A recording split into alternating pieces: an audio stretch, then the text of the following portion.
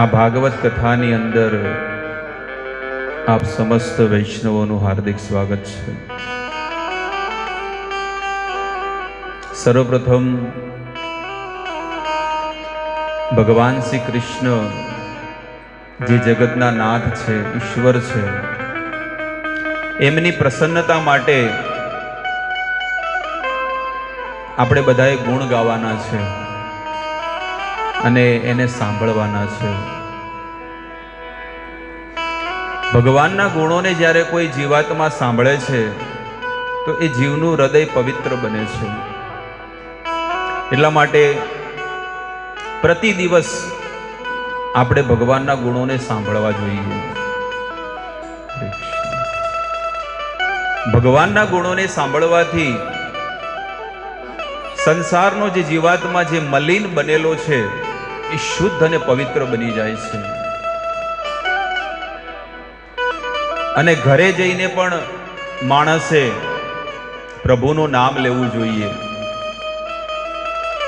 ચૈતન્ય મહાપ્રભુ કહે છે કે એને છી ઔષધિ માયા નાશી બાર લાગી, હરિ નામ મહામંત્ર લવ તુમી માગી.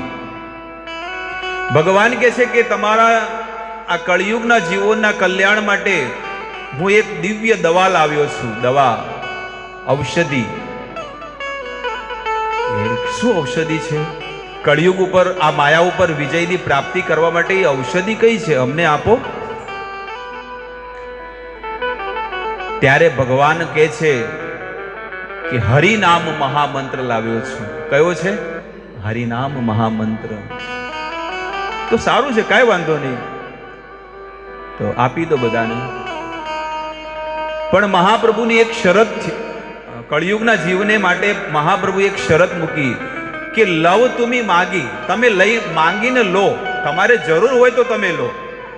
જેને જરૂર છે એ તો માંગીને લેશે, અને જેને જરૂર નથી ને એને તો હામેથી આપવા જશો તોય નહીં લે. એટલે જેને તરસ લાગી હોય પાણીની, અને એને જ્યારે પાણી મળે એટલે શું થાય? એની તરસ મટી જાય કે વાહ, હું કેટલા દિવસોથી આ પાણીની શોધમાં હતો, પણ મને હવે આ પાણી મળ્યું અને હવે મારી તરસ મટી. પાણી પીવે તો તરસ નથી મટતી. જેવું તમે પાણી પીવો તરત નહીં મટે, પણ આખું જ્યારે પાણી ગ્લાસ તમે પી લો, 2 ગ્લાસ પી લો, 1 લોટો ભરીને પી લો, અને જ્યારે પેટમાં ઉતરે, અને ઈ જ્યારે છે ને પેટમાં ઉતરે ને પેટમાં તરત જ તમને છે ને ઠંડક મળશે. એવી રીતે આ હરિનામનો જે નશો છે, હરિનામ રૂપી જે વસ્તુ જે છે ને, એ તમને અને મને અને સંસારના સમસ્ત જીવોને કેમ અસર નથી કરતી? એનું એક કારણ છે. કારણ કે હજી સુધી એ રસ, જેમ પેલો પાણીનો જે રસ છે એ પેટમાં હજી સુધી ઉતર્યો નથી, એટલે આપણી તરસ હજી મટી નથી. એવી રીતે હરિનામ રૂપી જે રસ, જે આનંદ છે, ભક્તિ જે છે, એ હજી સુધી અંદર હૃદયમાં આપણે ઉતર્યો નથી. એટલા માટે આપણને રસ અને આનંદ નથી આવતો ભગવાનની વસ્તુમાં. તમો ગુણ, રજો ગુણ, સત્વ ગુણ, આ બધા ગુણોમાં આપણે બધા બંધાયેલા છીએ. અને એ ગુણોના પ્રભાવથી જ આપણા જીવનની અંદર કામ, ક્રોધ, લોભ, આ બધી વસ્તુઓ જાગૃત થાય છે. આ બધી વસ્તુઓને જો મટાડવી હોય, હૃદયની અંદર હરેક પ્રકારના દુર્ગુણોને નીકાળવા હોય, તો એને વધુમાં વધુ આ 2 વસ્તુઓને જીવનમાં અપનાવવી પડશે. શ્રવણ કીર્તન કરે જલયે સિંચન. શ્રવણ કરવું જોઈએ સૌથી વધારે, અને બીજી વસ્તુ શું કે છે? કીર્તન કરવું જોઈએ. ભગવાનના નામનો જાપ કરવો જોઈએ. એનાથી આ હૃદય ગમે જેટલા જન્મોથી મલિન થયેલું હોય, નિશ્ચિત ગેરંટી સાથે એનું હૃદય શુદ્ધ, પૂર્ણ અને પવિત્ર બનશે. એટલે ભગવાનની લીલાઓને ગાવાની છે. હવે અઠવાડિયા 10 દિવસ પછી કાર્તિક માસ શરૂ થશે. ભગવાનના જે વાલા ભક્તો હોય ને, આ આખા વર્ષમાં આ મહિનાની રાહ જોતા હોય છે. ભગવાનના વાલા ભક્તો આ આખા વર્ષમાં આ એક મહિનાની રાહ જોતા હોય છે કે આ કાર્તિક મહિનો ક્યારે આવે. કારણ કે સૌથી વધારે જો લીલાઓ થઈ હોય ભગવાનની તો કાર્તિક મહિનામાં થઈ છે. એટલે લોકોનો ભાવ હોય છે કે મારે કાર્તિક મહિનામાં મારે ભાગવત કરાવવું છે 7 દિવસનું. એટલા માટે કાર્તિક મહિનામાં સૌથી ઘણી બધી ગોપાષ્ટમી પહેલી લીલા કે ભગવાન આ કાર્તિક મહિનામાં ગાયોને પૂજા કરી હતી અને ભગવાન ગાયો ચરાવવા ગયા હતા. આ કાર્તિક મહિનામાં ભગવાનને દામોદર લીલા એટલે ભગવાને બાંધી દીધા હતા ખાંડણીએથી. આ કાર્તિક મહિનામાં ગોવર્ધન મહારાજની પૂજા થઈ હતી બેસતા વર્ષને દિવસે.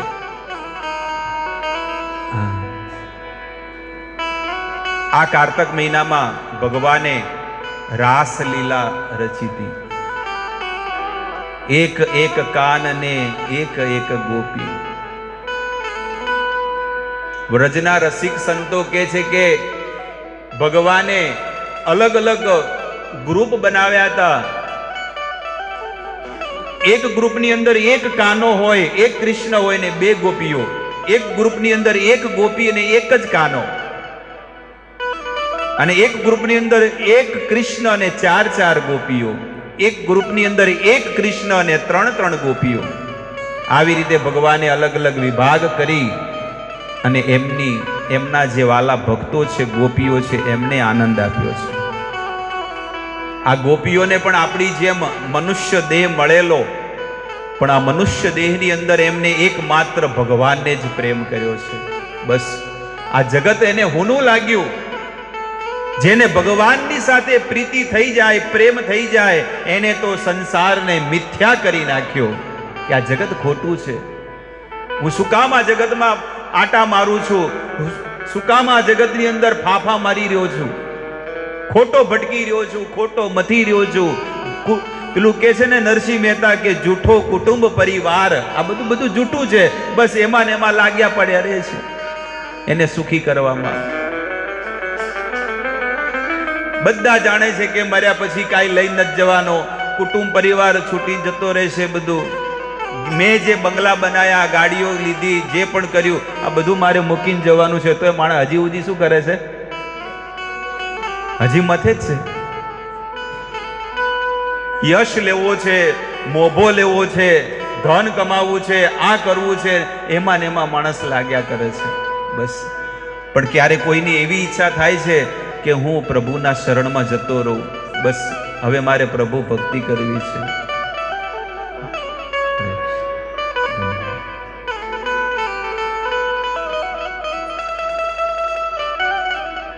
આવી સ્થિતિ છે સંસારના જીવની. એટલે આ કાર્તિક મહિનાની અંદર સૌથી વધારે ભગવાનના ભજનમાં આગળ વધવું જોઈએ. શરદ પૂર્ણિમા આવશે ને હવે, એ શરદ પૂર્ણિમાથી વ્રજની અંદર શરદ પૂર્ણિમાથી કાર્તિક મહિનો ગણવામાં આવે છે. અને આ કાર્તિક મહિનામાં આપણે નિયમ લેવાનો છે બધાએ. શું નિયમ? મૌન વ્રત. મૌન વ્રત એટલે એકદમ મૌન નહીં, ભગવાન સિવાય બીજા એક પણ શબ્દ નહીં બોલવાનું. આખો મહિનો શું કરવાનું છે? ભગવાન સિવાય, ભગવાનની વાતો સિવાય, ભગવાનનું નામ સિવાય, ભગવાનની કથા સિવાય સંસારનો એક પણ શબ્દ બોલવો. આ આપણે એક પ્રણ લઈ લેવું જોઈએ હાથમાં ગંગાજળ લઈને કે હવેથી હું પ્રણ લઉં, 1 મહિનો નહીં બોલું. કેટલું મોટું તમારા આત્માને કેટલી ઠંડક મળશે, શાંતિ મળશે કે ચલો 1 મહિનો શાંતિ તો ખરી.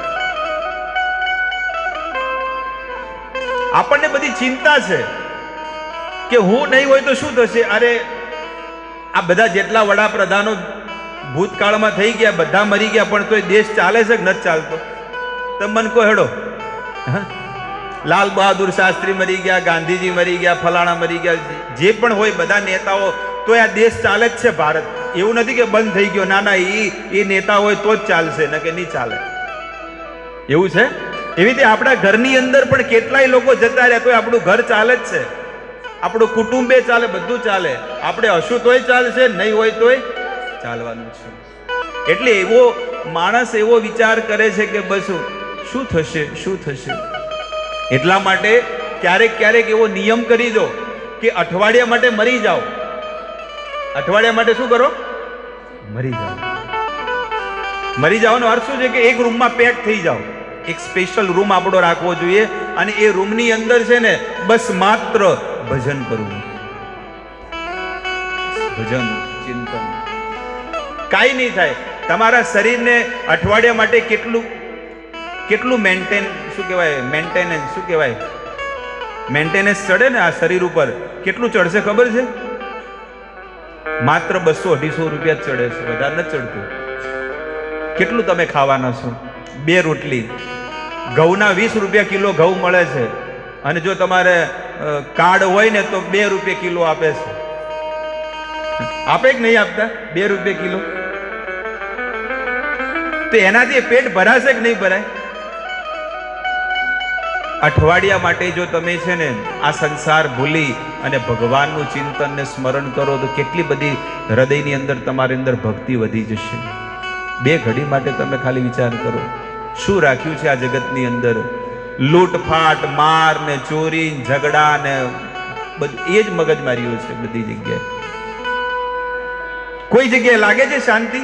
તમે ઘરે હોય તોય શાંતિ નહીં હોય, ઓફિસે જતા હોય તોય શાંતિ નહીં હોય, રોડ ઉપર હોય તો ઝઘડતા હોય, રિક્ષામાં ઝઘડતા હોય, બોલો બસમાં ઝઘડતા હોય. આ મારી સીટ છે, હજી તો બસ લાગી નહીં એના પેલા બારીમાંથી થેલો નાખી દે. શું જગત છે! અને આવા જગતની અંદર માણસને હજી જીવવું છે. હજી હું કંઈક લૂંટી લઉં, હજી કંઈક ભેગું કરી લઉં. એટલે કે અઠવાડિયા માટે મરી જાઓ અને અઠવાડિયા માટે ભગવાનનું ભજન કરો, ચિંતન કરો. બસ મોબાઈલ બંધ કરી દો અઠવાડિયા માટે, પછી તમે જુઓ કે કેટલો આનંદ આવશે તમને ભક્તિ કરવામાં. આહા, તમને એટલો પ્રતિપદમ પૂર્ણામૃતો આસ્વાદનમ. ડગલે ને પગલે તમે છે ને ભક્તિનું આસ્વાદન કરી શકશો કે વાહ, આવો આ રામબાણ ઈલાજ જો મને પહેલા મળી ગયો હોત તો મારા જીવનમાં કેટલો આનંદ આવી જાત. પણ તોય નહીં કરી શકીએ આપણે. અરે અઠવાડિયાની ક્યાં વાત કરો છો? માત્ર 2 કલાક માટે પણ તમે અલગ થઈ જાઓ કે ચલો બધું મૂકી દો ને સ્વિચ ઓફ કરીને માત્ર ને માત્ર ભજન કરવું છે, કીર્તન કરવું છે. કલો તદ હરિ કીર્તનાદ. આ કળિયુગની અંદર માત્ર હરિનું કીર્તન જ તમને મોક્ષની ગતિ, એટલે હંમેશા માટે આ આત્મા ભગવત ધામ પહોંચી જશે.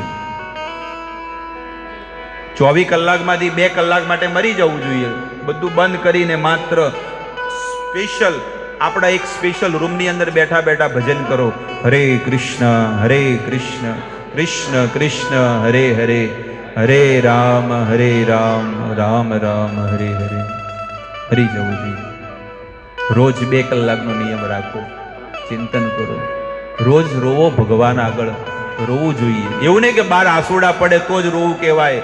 આપણું હૃદય પલળી જવું જોઈએ, હૃદય ગદગદ થઈ જવું જોઈએ. પુલકિત શરીરા, અને આપણું શરીર છે ને પુલકિત થઈ જવું જોઈએ.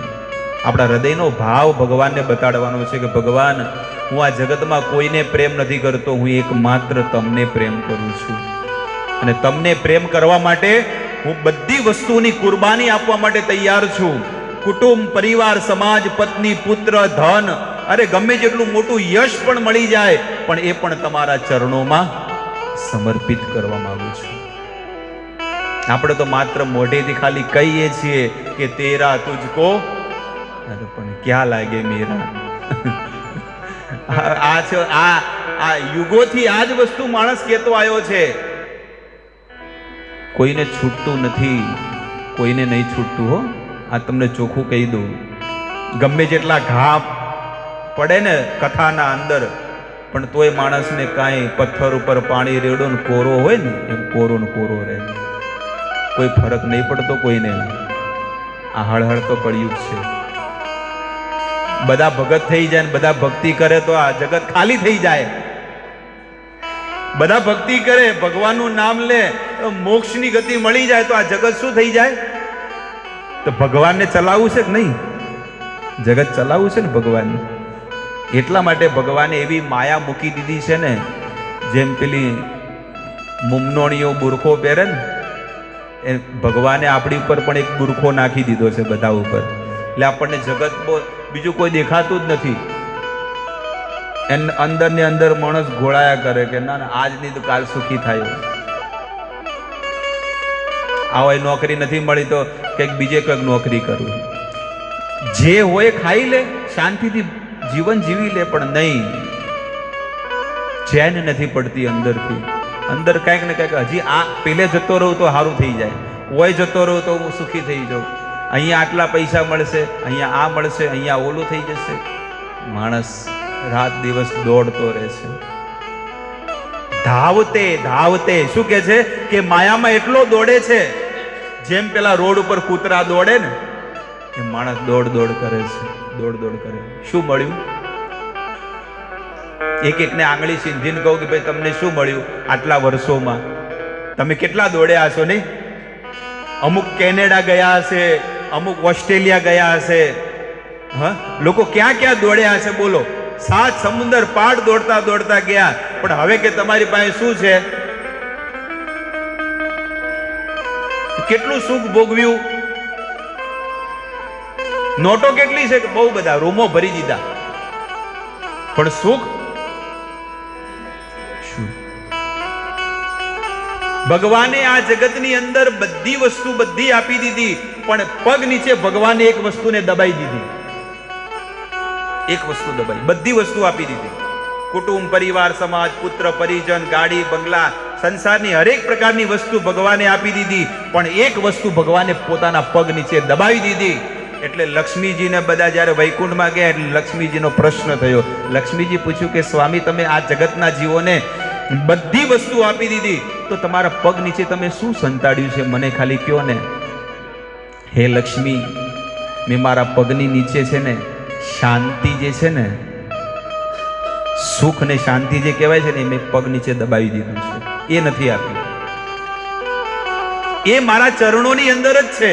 જે મારા ચરણને પકડશે ને એને જીવનમાં ક્યારે કોઈ પ્રકારનું દુઃખ નહીં આવે. પેલા દેશી ઘંટી હતી, ખબર? દળતા, દેશી ઘંટીમાં દળતા. અને એ જેમ જેમ તમે જુઓ કે અંદર ઘઉં નાખે અને એ ઘઉં જેમ દૂર જતા રહે ને એમ દળાતા જાય છે.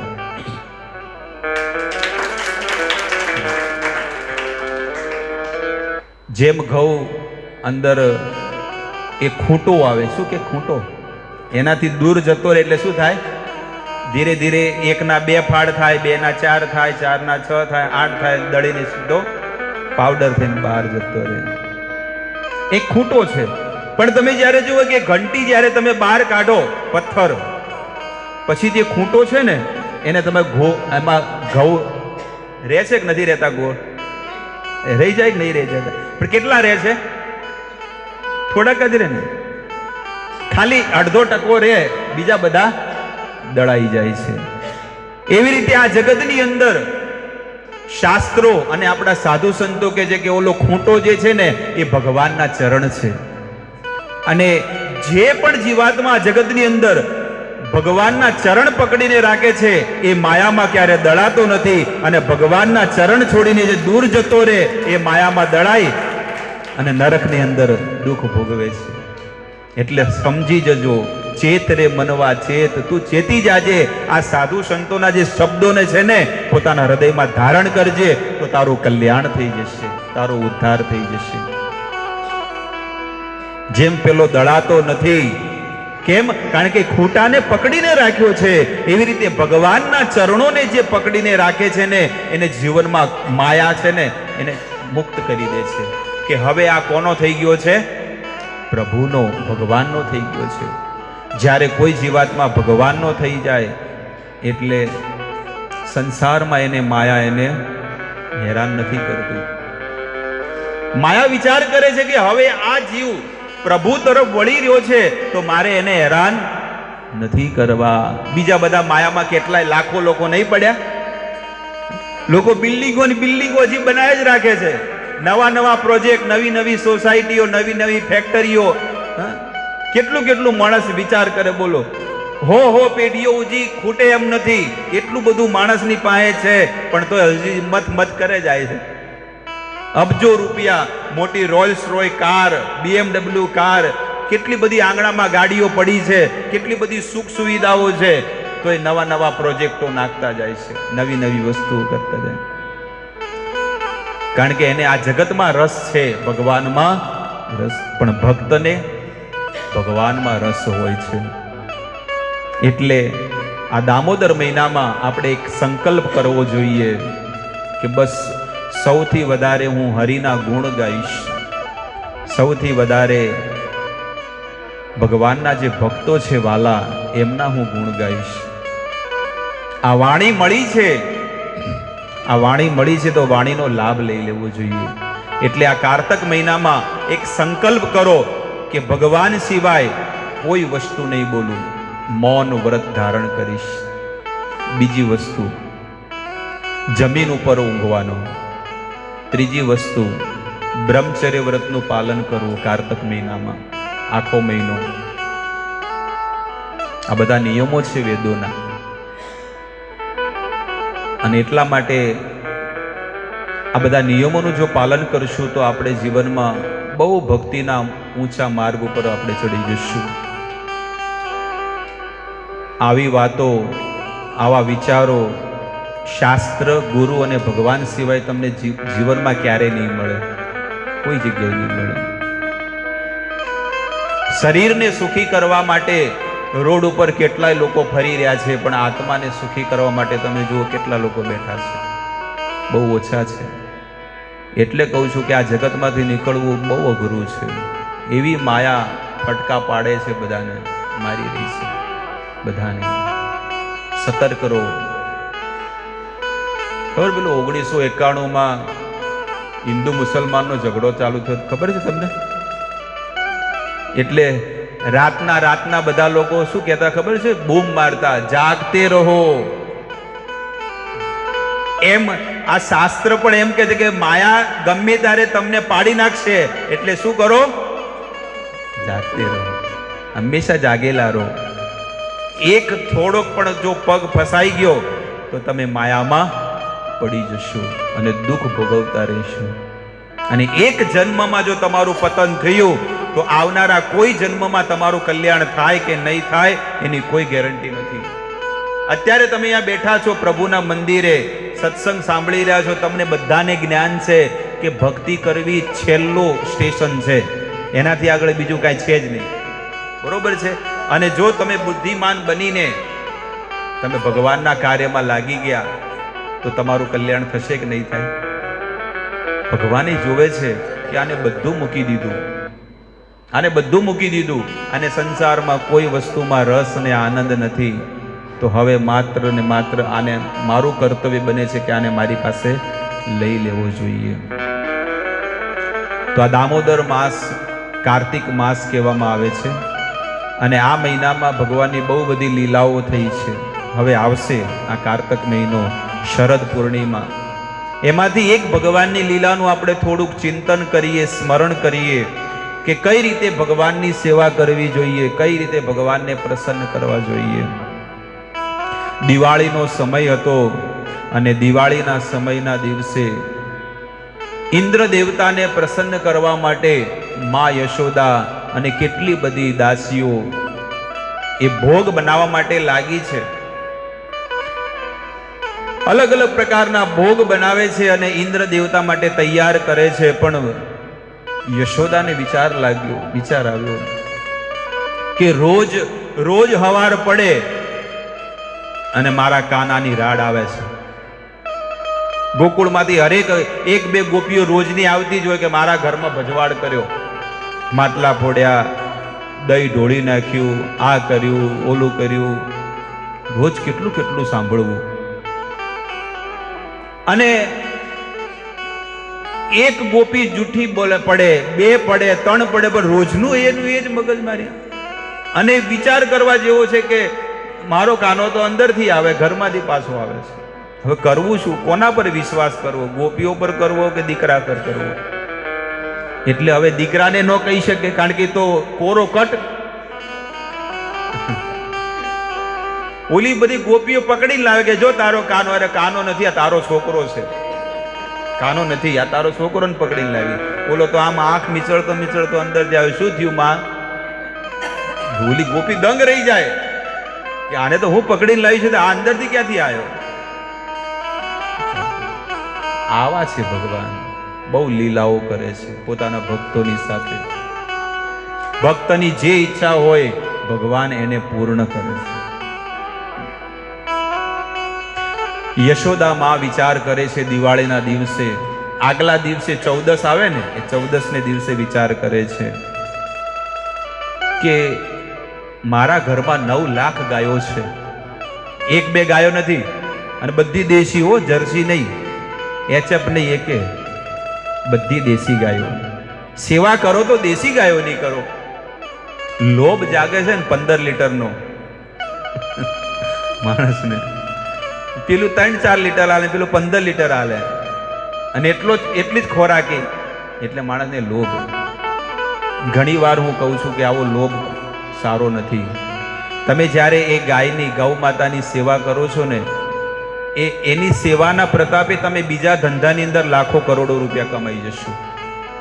એટલા માટે જો આપણે ખેતીવાડી કરતા હોય ને, તો એક દેશી ગાયની સેવા કરવી જોઈએ. દેશી ગાય, એક ગાયની, હા, એક ગાય રાખો અને એની સેવા ચાકરી કરો હૃદયપૂર્વક. એ સેવા જે છે ને, એ સેવા જ્યારે તમે કરો છો ને, તો એક ગાયની સેવા નથી કરતા, પણ તમે સાક્ષાત પ્રભુની સેવા કરો છો. તમે 33 કરોડ દેવતાઓની સેવા કરો છો. એના શરીરમાં 33 કરોડ દેવતાઓનો વાસ છે. એટલે રોજ આપણા આંગણે જ્યારે ગૌ માતા આવે ને, આપણે પૂળો બાંધવો. એક પૂળાવાળા હોય ને, એને કહી દેવાનું કે મારા ઘરમાં 1 પૂળો કે 2 પૂળા નાખી જા. હું રાજસ્થાન ઘણી વખત જાઉં છું. રાજસ્થાન જાઉં ને તો બધાના ઘરમાં રોજના 2-2 પૂળા નાખીને જ જાય. ઓલો ભરવાડ જે બી હોય ને નાખીને જાય. અને એ લોકો પોતાની જાતે જ સવારમાં 2 પૂળા ખવડાવે. સવારમાં ઉઠીને બધી બહેનો મંદિરે જાય. રાજસ્થાનનું કલ્ચર બહુ આનંદ આવી જાય છે. અને રાજસ્થાનની અંદર બીજો 3જો ગુણ છે કે દરેક બહેનો છે ને આઘું ઓઢીને જાય. 4થો ગુણ છે કે ક્યારેક કોઈ પણ સ્ત્રી એકલી નહીં જાય. આ કેટલા બધા ગુણો છે. કોઈ પણ સ્ત્રી એકલી નહીં જાય. કોઈના ઘરે જવું હોય, બજારમાં જવું હોય કે ખરીદી કરવા જવું, એકલી નહીં જાય. 2 જણા 4 જણા મળીને જશે. આટલા ગુણો છે. અને ત્યાં કેટલા વ્રતો કરતા હોય, ઉપવાસો કરતા હોય ભગવાનની માટે. અને ત્યાં કેટલી બધી કથાઓ થતી હોય, ભાગવત સપ્તાહો થતી હોય. એટલું સુંદર આ દેવભૂમિ કહેવામાં આવે છે. રાજસ્થાનને શું કહે છે? દેવભૂમિ કહે છે. આવી રીતે યશોદામાં વિચાર કરે છે કે મારા આંગણામાં 9 લાખ ગાયો છે. 9 લાખ ગાયોનું કેટલું બધું દૂધ આવે, તો એ મારા કાનાને નથી ગમતું. અને બીજે જઈને બધાના ઘરે દૂધ, દહીં, માખણ ને આ બધું ઢોળે છે ને ભજવાડ કરે છે ને ખાય છે. નક્કી મારા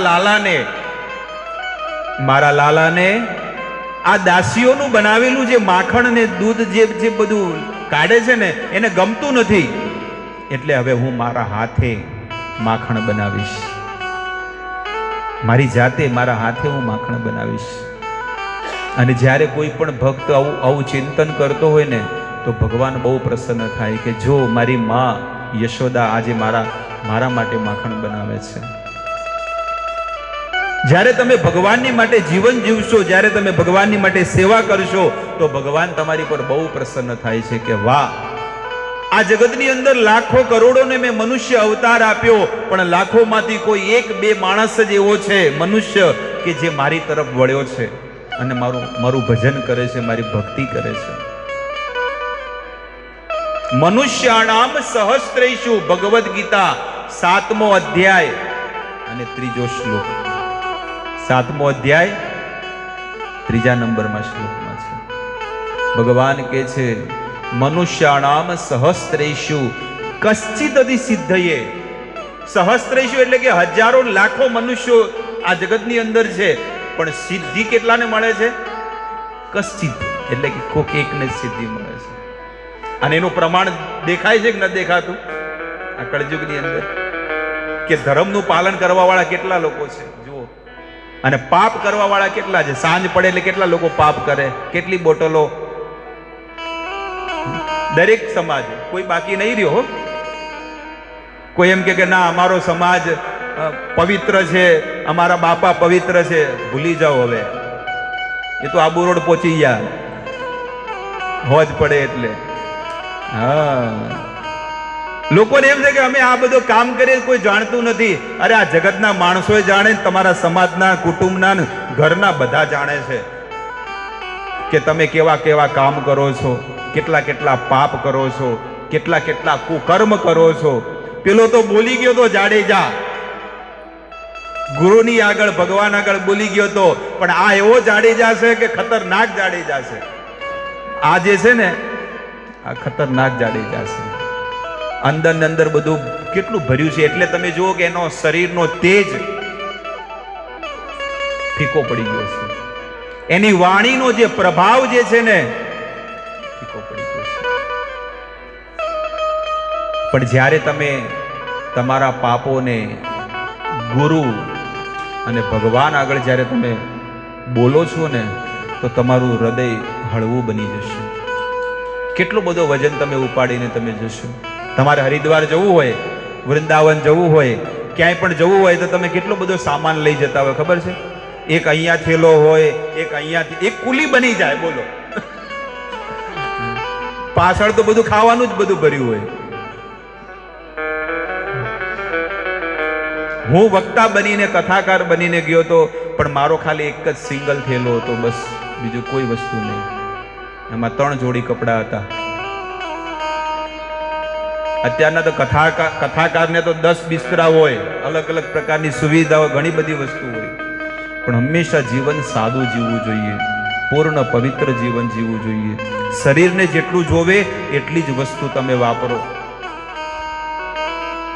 એ વસ્તુ બીજા કોકને કામ લાગશે, એવો ભાવ રાખો. યશોદામાં પોતાના દીકરા માટે સવારમાં દિવાળીનો દિવસ હતો, અને દિવાળીના દિવસે આ ઘટના ઘટેલી કે ભગવાનને દામોદર એટલે દોરડેથી બાંધ્યા હતા દિવાળીના દિવસે. આ દિવાળી આવશે ને એ દિવસે. અને એના બીજા દિવસે ગોવર્ધન પૂજા થઈ હતી.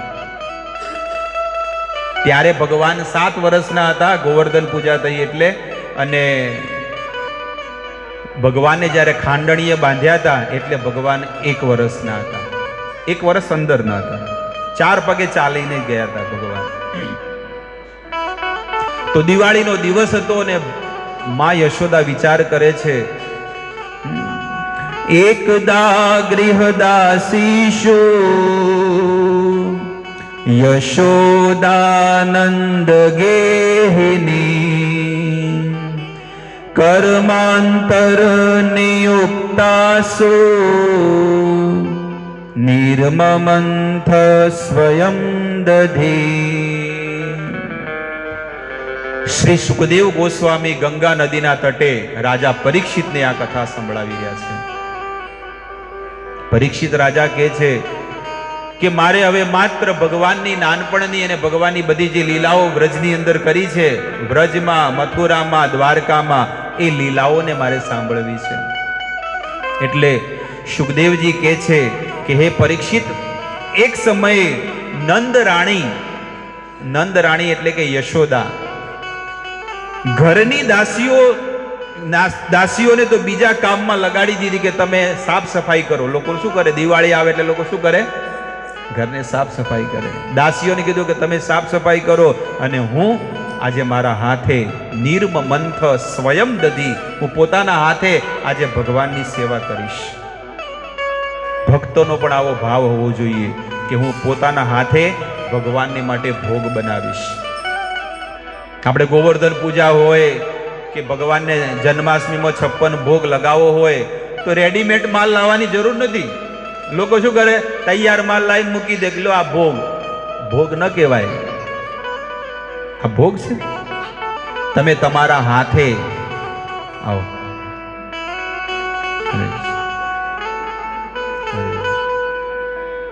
તમે તમારા હાથે જ્યારે તમે ભગવાન માટે ભોગ બનાવો ને એને કહેવાય ભોગ.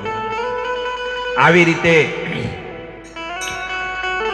બીજા કામમાં દાસીઓને લગાવી અને સ્વયં પોતાના લાલાના માખણ ખવડાવવા માટે દહીં મંથન કરવા લાગ્યા.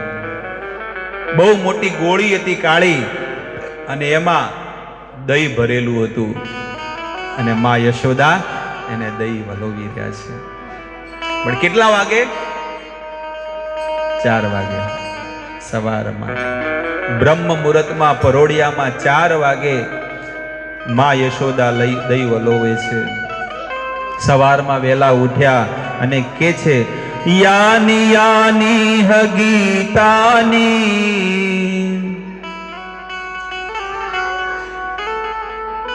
તદબાલ ચરિતાની ચ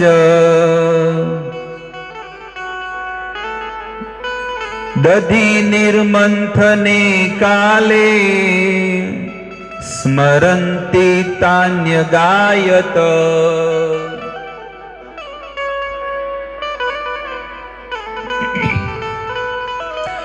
સુખદેવજી કહે છે કે હે પરીક્ષિત, મેં તમને અત્યાર સુધી ભગવાનની જે લીલાઓનું વર્ણન કર્યું છે એ યશોદા દહીં મંથન કરતા કરતા તે બધી લીલાઓનું સ્મરણ પણ કરતા હતા અને ગાતા પણ હતા. જેટલી પણ લીલાઓ ભગવાનની થઈ બ્રજની અંદર, અને માં યશોદાની સાથે જે લીલાઓ થઈ એ લીલામાં ભગવાનનું ચિંતન કરે છે. નિર્મ મંથ સ્વયં દધી. આ ઉપરથી સાબિત થાય છે, આપણને કંઈક શિક્ષા મળે છે, શીખવા મળે છે કે જ્યારે પણ આપણે ઘરના કામ કરતા હોઈએ, વાસણ માંજવા, ઝાડુ મારવું, પોતું મારવું, કપડાં ધોવા, રસોડું સફાઈ કરવી, રૂમ સફાઈ કરવું, કોઈ પણ કામ કરવું, પણ કામ કરતા કરતા ભગવાનનું નામ લેતા રહેવું જોઈએ. એમને મૂંગા ન બેસવું જોઈએ. માં યશોદા મોટી ગોળી લીધી, એમાં દહીં લીધું, પણ ભગવાનના કીર્તન કરે છે. શ્રી કૃષ્ણ ગોવિંદ હરે મુરારી, હે નાથ નારાયણ વાસુદેવ, હે નાથ નારાયણ વાસુદેવા, હે નાથ નારાયણ વાસુદેવા. ભગવાનનું કીર્તન કરતા કરતા કરતા દહીંને વલોવે છે. જેવું દહીંને વલોવે અને ભગવાનનું કીર્તન કરે, તો કીર્તન કરતા કરતા ભગવાનનું કીર્તન થાય તો કરતાલે વાગવા જોઈએ ને, કરતાલ વાગવા જોઈએ. ભગવાનનું ભજન થાય ને એટલે તમે જુઓ કે મંજીરા કેટલા જોર જોરથી લોકો વગાડે. એટલે આ હાથમાં જે બે કડા પહેર્યા હતા ને, એ જ્યારે વલોવે છે એટલે કડા શું કરે છે? કીર્તનનું કામ કરી રહ્યા છે, મંજીરાનું. અને એકબીજાથી અથડાય એટલે ભગવાનનું કીર્તન થઈ રહ્યું છે. અને મુખ ઉપર કેટલો આનંદ અને કેટલું સુખ છે યશોદાને. કારણ કે જે ભક્ત ભગવાનનું કીર્તન કરે ને એ સુખી બની જાય, આનંદિત બની જાય. એને સંસારનું એટલું સુખ મળે કે કથામાં હોઈ જાય. એટલું સુખ મળે માણસને કે કથામાં પણ સૂઈ જાય. સંસારનો એટલો બધો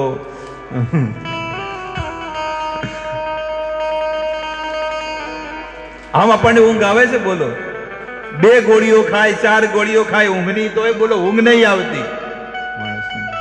પણ ભગવાનની કથામાં એટલું સુખ મળે ને કે સંસાર ભૂલી જાય માણસ, સંસાર ભૂલી જાય. સવારમાં વહેલા ઉઠીને માં યશોદા સ્નાન કરે છે. સ્નાન કરીને રેશમી વસ્ત્ર પહેર્યા છે. કયા? રેશમી. અને બહુ આનંદ આવે રેશમી વસ્ત્રની અંદર. વસ્ત્રો પહેરવામાં પણ બહુ ધ્યાન રાખવું જોઈએ. વસ્ત્રો પહેરે એટલે અમુક તો હવેનો જમાનો કેટલો આવી ગયો છે. હવે તો બધો ટાઈટ વસ્ત્રો પહેરે બધા. પેન્ટ પહેરે, શર્ટ પહેરે, ટી શર્ટ પહેરે. આમ ચાલી ન શકે. પલોઠી વાળીને કોઈને છોકરા છોકરીઓને કીધું કે પલોઠી વાળીને બેસો તો લોકો બેહી ન શકે. બોલો, શરીરને હંમેશા ફ્રી રાખવું જોઈએ. જો ધોતી પહેરો તો કેટલો આનંદ આવે, ધોતી પહેરો કેટલો આનંદ આવે. બોલો, પણ ધોતીમાં અને પેન્ટમાં ફરક પડે એટલો કે ધોતીમાં છે ને, તમે ધોતી મારો તમને ખબર ન પડે શરીર ક્યારે વધી જાય. કારણ કે ધોતીમાં ખાલી ગાંઠ જ મારવાની હોય, અને પેલામાં તો હૂક હોય એટલે ખબર પડે, પેન્ટ ફીટ પડે એટલે કે હવે શરીર વધ્યું કે ઘટ્યું કે વધ્યું ખબર પડે. આ સત્ય ઘટના હું તમને કહું કે જ્યારે પહેલી વાર હું છે ને ફૂલ ટાઈમ 24 કલાક ભજન કરવા માટે એક જગ્યાએ ગયો, અને જ્યારે મંદિરમાં સેવા કરવા માટે ગયો એટલે પહેલા પેન્ટ પહેરતો હતો. 2007 ની વાત કરું છું, 2007, કેટલા વર્ષો થઈ ગયા. તો 2007માં હું ત્યાં ગયો એટલે પહેલા તો પેન્ટ પહેરતો હતો, પછી હવે કે ધોતી પહેરવાની અને મુંડન કરવાનું ટકલું. પેલા મોટા મોટા બાલ હતા પેલા, ઠીક છે મુંડન કરી દેશું. આપણે કઈ એવું કોઈ છે નહીં, મુંડન ટાલ કરીને પછી ધોતી કુર્તા પહેર્યા. ધોતી કુર્તા પહેર્યા ને 1 વર્ષ સુધી ત્યાં રહ્યા, અને 1 વર્ષ સુધી રહ્યા ને પછી પાછો અમે અમારું જ્યાં ઘર હતું ત્યાં બોમ્બે પાછો આવી ગયો કે ચલો હવે આપણે આપણા ઘરે જઈએ. જેવા ઘરે ગયા હવે તો પેન્ટ પહેરવાનું ચાલુ કરવું પડે, કારણ કે ઘરે આવ્યા એટલે. અને પેન્ટ પહેરવાનું ચાલુ કર્યું તો એક હૂક લાગે જ ના.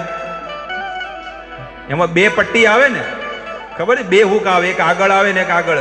તો આગળ વાળું નહોતું થતું. હવે પાછળથી બધું ફાડીને પછી શું કરવું પડે, ખોલાવવું પડે ને.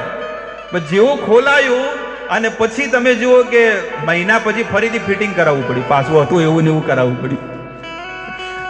આ ઉપરથી મેં આ એક વસ્તુ પર મેં નિષ્કર્ષ કાઢ્યું કે જો ભગવાનની શરણમાં હતો કેટલો સુખી અને આનંદિત હતો. આ એને ઘરે આવ્યો તો પેન્ટ ખોલાવવું પડે, પાછો માયામાં પડ્યો એટલે ફરીથી ફિટ કરાવવું પડ્યું. આટલું દુઃખ છે. અડધું તો લોહી ઘરમાં જ માણસને બળી જતું હોય. બાપડો લોહી બનતું જ ના હોય, ગમે જેટલું ખાતો હોય લોહી બને એટલે ચડે જ ને. સારું આટલું ખવડાવો છો તમારા કાકાને કે નહીં કહેતા, પ્રભુજીને ખવડાવો આટલું પણ કે શરીર બનતું જ નહીં. પણ ચોથી બને, અડધું તમે પીજો લોહી, નહીં ને? લોહી બને પણ કોણ પી જાય?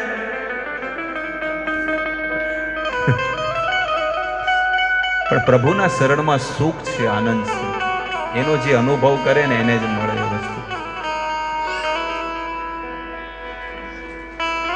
યશોદા કીર્તન કરતા કરતા કરતા કરતા દહીં વલોવી રહ્યા છે, અને જેવું દહીં વલોવે અને કીર્તન પણ ચાલુ છે, પણ માથામાં જે બધા વાળમાં જે છે ને બધા ફૂલ હતા, મોગરાના ફૂલોની માળા યશોદા માએ અંદર બાલમાં પહેરેલી હતી.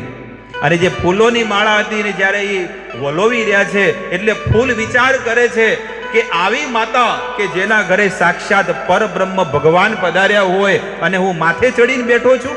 ફૂલ વિચાર કરે એટલે ફૂલ ખરીને એ માના ચરણોમાં પડવા માંડ્યા બધા. એ ફૂલે બધા ખરીને માં યશોદાના ચરણોમાં પડે છે કે અમારે માથામાં નહીં પણ આ માં યશોદાના ચરણોમાં પડીને રહેવું પડે તો અમારું કલ્યાણ થાય. એટલે ફૂલ ખરીને પડવા માંડ્યા. અને માં યશોદા કીર્તન કરે, ભક્ત કીર્તન કરે એટલે ભગવાન જાગ્યા. ભગવાન જાગે કે મને કોણ બોલાવે છે 4 વાગે?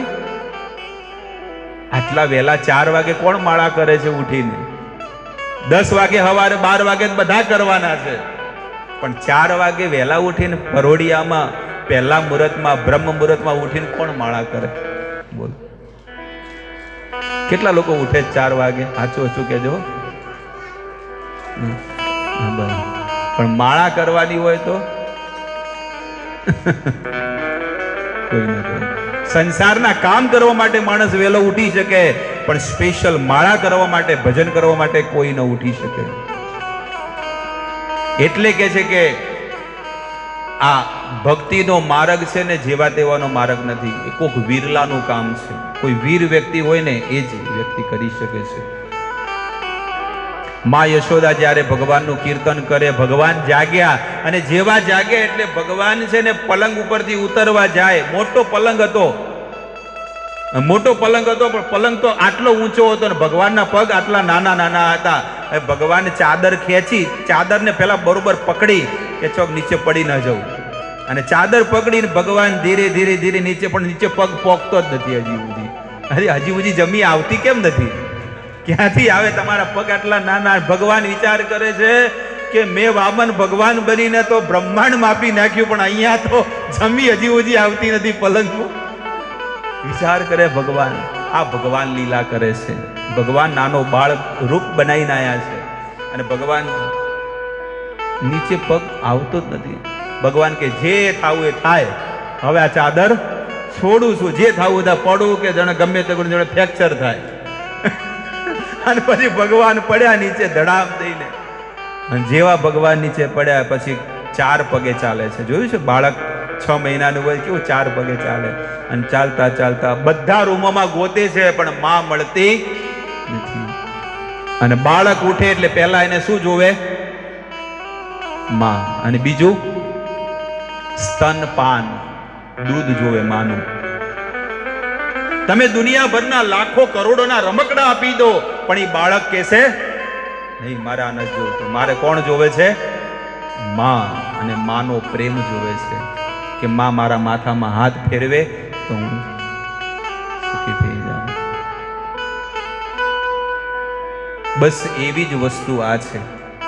તમે જુઓ કે જે બાળક હોય અને માં હોય, બાળક જ્યારે ઉઠે ને બાળકને રમકડું આપી દે એટલે રમ, એટલે બાળક છે ને આમ રમે, થોડી વાર રમે, આમ મજા આવી ગઈ, આમ આમ ચલાવે, ગાડી ચલાવે, બધું ચલાવે. પછી શું કરે? કંટાળીને જોયું છે? મેં જોયું. ફરીથી રડવા માંડે ને માનો છેડો પકડે, માં મને ખોળામાં લો. એટલે માં વળી બીજું મોટું રમકડું આલે, મોબાઈલ લે, સ્માર્ટફોન. મારો સ્માર્ટ દીકરો અને સ્માર્ટફોન. મારો દીકરો કેવો છે? મારો દીકરો સ્માર્ટ છે, એટલે સ્માર્ટ દીકરા માટે સ્માર્ટફોન લાવ્યો. લે તું રમ, આમાં કાર્ટૂન છે, ઘણી બધી વસ્તુઓ છે, તું રમ. ઈ દીકરો ફરીથી વળી મોબાઈલ લે, અને મોબાઈલ લઈને બધું બટન જમનમ કરે, પછી છેવટે કંટાળી શું કરે? એને નાખી દે. ના, આય નથી જોતું. માં. અને ઈ માં વિચાર કરે છે, એક રમકડું આપે, બીજું આપે, ત્રીજું આપે, તોય એ દીકરો બધું છોડી અને ફરીથી માનું આંચળ પકડે અને માની આગળ રડે છે કે માં, તું મને મારા ખોળામાં લઈ લે, મને મારે બીજું કાંઈ જોઈતું નથી. તું ગમે જેટલા રમકડા આપીશ, પણ મને આની અંદર આનંદ નથી આવતો. જેવો એ ખોળામાં લઈ લે એટલે દીકરો શાંત થઈ જાય છે. એવી રીતે આ જગતમાં પણ આ સંસારના જીવો જ્યારે ભગવાનની પાસે આવે, વર્ષમાં એક વારે આવે, જન્માષ્ટમી દિવસે આવે, તમે જો ફૂલ ભરાઈ જાય મંદિર, બહાર લાઈન લાગે. જન્માષ્ટમીને દિવસે એક વાર પણ જો કોઈ ભગવાનના દર્શન કરવા આવે એટલે ભગવાનની આગળ આવે, એટલે ભગવાનની આગળ શું માગે ખબર છે? રમકડા માગે કે એક સ્વિફ્ટ ગાડી આપી દેજો ભગવાન. નાના નાના છોકરા ખબર છે, બોલા ઘર માંગે, એટલે આ નાના છોકરા નાનું ઘર માંગે, આ થોડું મોટું માંગે, 3 બેડરૂમ વાળો. એક અક્ષતમમાં એક મોટું થઈ જાય, એક સાઈ વિલામાં થઈ જાય. એટલે ભગવાન આ બધા રમકડાઓ આપે કે ચલો આ બાળક શું માગે છે? રમકડા માગે છે, તો એને આપો, એને કેટલી શાંતિ મળે છે જોવા દો. બધા રમકડાથી રમી અને માણસ કંટાળી જાય એટલે પછી ભગવાનની આગળ કહે છે કે હવે આ એકે રમકડા જોતા, મને તો માત્ર તમારી શરણમાં લઈ લો અને મારો ઉદ્ધાર કરી નાખો. એટલે કે છે કે બહુ નામ જન્મ નામ અંતે, આ કરોડો જન્મોથી આ જીવાત્મા ભટકતો રહ્યો છે 84 લાખ પ્રકારના શરીરોમાં, અને આ જીવાત્માની હજી સુધી મુક્તિ અને શાંતિ કે મોક્ષ હજી સુધી નથી મળ્યો. એટલે ભગવાનની શરણમાં છેલ્લે જતો રહે કે ના, મારે હવે સ્વર્ગમાં નથી જવું, મારે કોઈ જગ્યાએ નથી જવું, માત્ર તમારી ભક્તિ કરવી છે. પુણ્ય કરી અમરાવતી પામ્યા, અંતે 84 જાવું. પુણ્ય કરીને કદાચ સ્વર્ગમાં પણ તમે જતા રહો, પણ છેલ્લે તો અહીંયા જવાનું છે, માના ગર્ભમાં પાછું.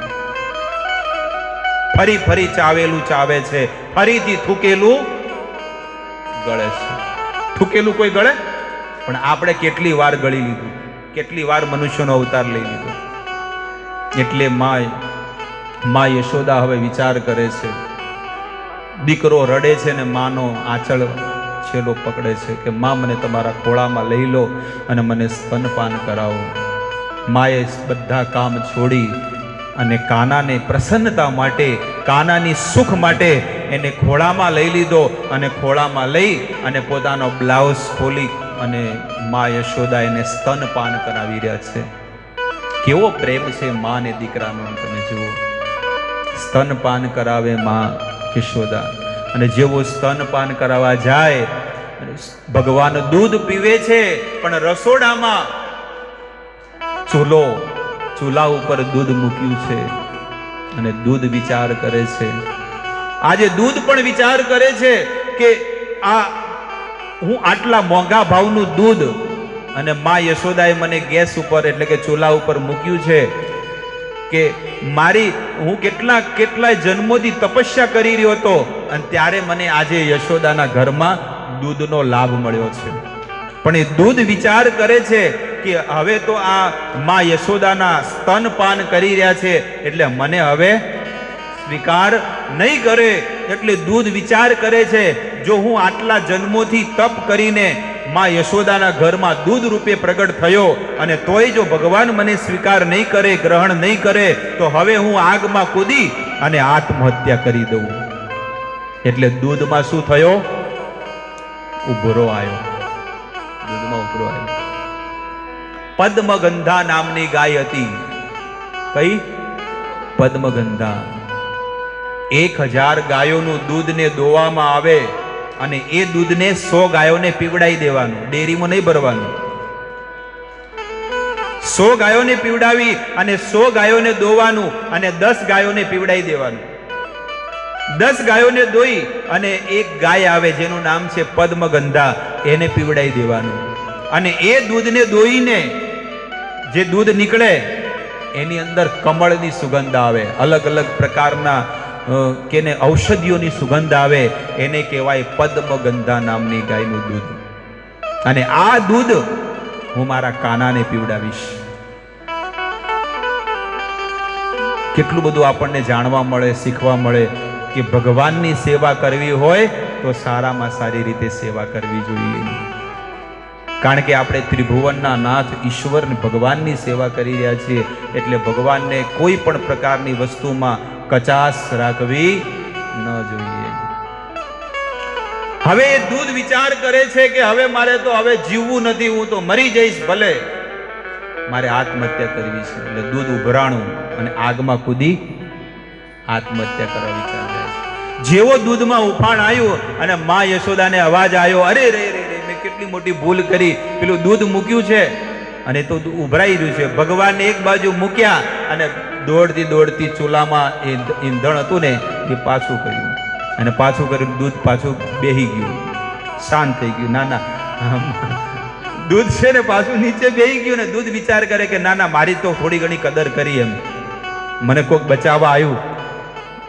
ઘણી વહુઓ નહીં, બાટલીમાં હોય ના, પોણી જ હોય, ખાલી વધારે કહેવો ને તો પી જાય, પણ એ ખાલી એક્વાગાર્ડનું પોણી જ છે. કલર ખાલી લાલ હોય, પેલો સિરપની બોટલ હોય ને કાળી હોય, એટલે અંદર પોણી ભર્યું હોય ખાલી. છોકરાને ખાંસી શરદી થઈ હોય ને તો બાટલ ખાલી થઈ ગઈ હોય એટલે ભરીને મૂકે જ. આ રામબાણ ઈલાજ છે બહેનોનો. અંદર પોણી ભરીને મૂકી જ રાખે. થોડુંક જો તમે થોડુંક બોલશો ને એટલે પેલો બિચારો ગાય જેવો થઈ જાય, ઘાઘોડા જેવો. શું કે ઘાઘોડા જેવો કે મત પીજે, અમારી પાસે શું ઇજ્જત રહે. ઠીક છે, હવે નહીં પીવું, મૂકી દઉં છું શોકેસમાં.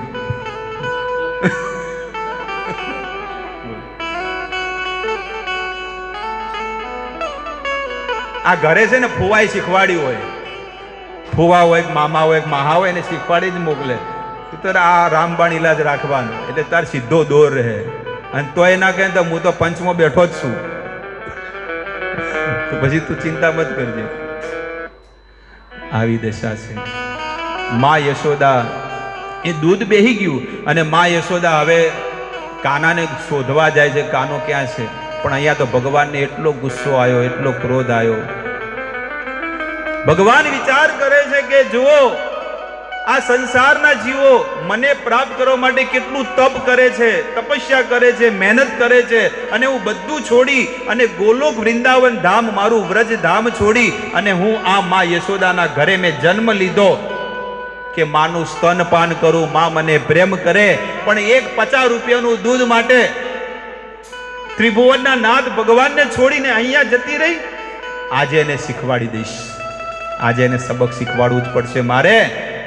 અને ભગવાનને એટલો ક્રોધ આવ્યો કે ખાલી એક 50 રૂપિયાનું દૂધ માટે બોલો આટલી બધી ભગવાનને મને છોડી દીધો. અરે આ લોકો આખું જીવન આપે છે તો એ લોકોને દર્શન નથી આપતો. કોઈને આપ્યા હોત કેજો, છે કે નહીં? ભગવાનને પ્રાપ્ત કરવા કેટલા અઘરા છે. એટલે ભગવાન વિચાર કરે છે કે આ લોકો કેટલાય જન્મોથી મને પ્રાપ્ત કરવા માટે મહેનત કરે છે તો આ લોકોને ક્યારે મેં દર્શન આપ્યા નથી. અને આ તો આખે આખો હું આવ્યો, બોલો આખે આખો એની માં યશોદાના ઘરે દર્શન દેવા માટે આવ્યો અને 50 રૂપિયાના દૂધ માટે ભલે ને ઉભરાતું એને બચાવવા માટે મને છોડી દીધો. સબક શીખવાડવું પડશે હવે. અને પછી તમે જો બધું કોઈ બીને ગુસ્સો આવે ને એટલે પેલો ગુસ્સો ખબર વાહણ ઉપર જ કાઢે. કોઈ બીને ઘરમાં ગુસ્સો આવે ને એટલે બધા ઘોડા તોડી નાખે ને વાહણો તોડી નાખે ને માટલા ફોડી નાખે. ક્રોધ આવે એટલે માણસ શું કરે? ગજબ કરે. મેં એક વખત કરેલું છું મારા ગામમાં, અહીંયા પટોસણ ગામમાં. ત્યારે તો હું આખું જીવ અલગ જ હતું. પણ જે મનમાં જે વસ્તુ ન આપણી મનનું ધારું ન થાય ને પછી માણસને ક્રોધ આવે. ને ક્રોધ આવે એટલે કાંઈ ને દેખાય નહીં, ખાલી વાસણ દેખાય. કેટલા વાસણો તોડી નાખ્યા, ડબ્બા તોડી નાખ્યા. બધી એ વાત યાદ આવે છે ભગવાનની આ લીલાની અંદર. એટલે ભગવાને શું કર્યું? ભગવાને હવે વિચાર કર્યો કે આ છે ને આ ગોળીને ફોડી નાખું. દહીં ભરેલું છે ને, ગોળીને ફોડી નાખું. શેનાથી ફોડું? એટલે બાજુમાં દસ્તો પડ્યો હતો, ઉખલ કૂટવાનો દસ્તો આવે ને. પેલા બહુ મોટા મોટા ઉખલો હતા, મસાલા પીસવાના ને બધા આવડા મોટા મોટા. એટલે એનો મોટો દસ્તો હશે. એટલે આગળનો જે ભાગ આવે ને બહુ નાનો આવે. ને ભગવાને શું કર્યું? ઉપાડ્યો. ઉપાડીને માટલામાં નીચે ભરેલું માટલું હોય ને અવાજ ન આવે, અવાજ ન આવે ભરેલા, ખાલીમાં અવાજ આવે. એમાં આપણે કેવું છે? ખાલી છે. એટલે ભગવાને શું કર્યું? આમ થોડોક ટૂહો મારે એટલે હોલ પડી ગયો. આખું માટલું ફૂટ્યું નહીં પણ શું કર્યું? હોલ પડી ગયો. આટલો હોલ પડે પછી દરદોડી ચાલુ થઈ ગઈ. દરદોડી જેમ આપણે તમે જુઓ કે વાલ ખોલો એટલે પાણી કેવું દર નીકળે, એમ આખા થોડી વારમાં તો બધે પાણી પાણી પાણી બધું ભરાય. દહીં દહીં થઈ ગયું બધે આખા ઘરમાં. અને જેવું દહીં દહીં થઈ ગયું ને ભગવાન અરે આ શું કર્યું? પેલા પોતે ફોડ્યું ને પછી હવે આ મેં શું કર્યું? હવે અંદરથી વાવાઝોડું આવશે હમણાં રસોડામાંથી, અને પછી શું કરશે? વાવાઝોડું આવે એટલે પછી પટી ગયું. છોકરા ઉપર તૂટી પડે બરોબર, ધોઈ નાખે બાપડા, આખા મહિનાનો ગુસ્સો કાઢી નાખે. આ તો તને નહીં છોડવું, હવે લોહી પી ગયો. બોલો, ના મારે એટલે ના મારે, પણ મારે એટલે પછી ખંચેરી નો ખાય બધો, સાફ કઈ નો ખંચેરી નો, લાલ ઘૂમ કઈ નો કે.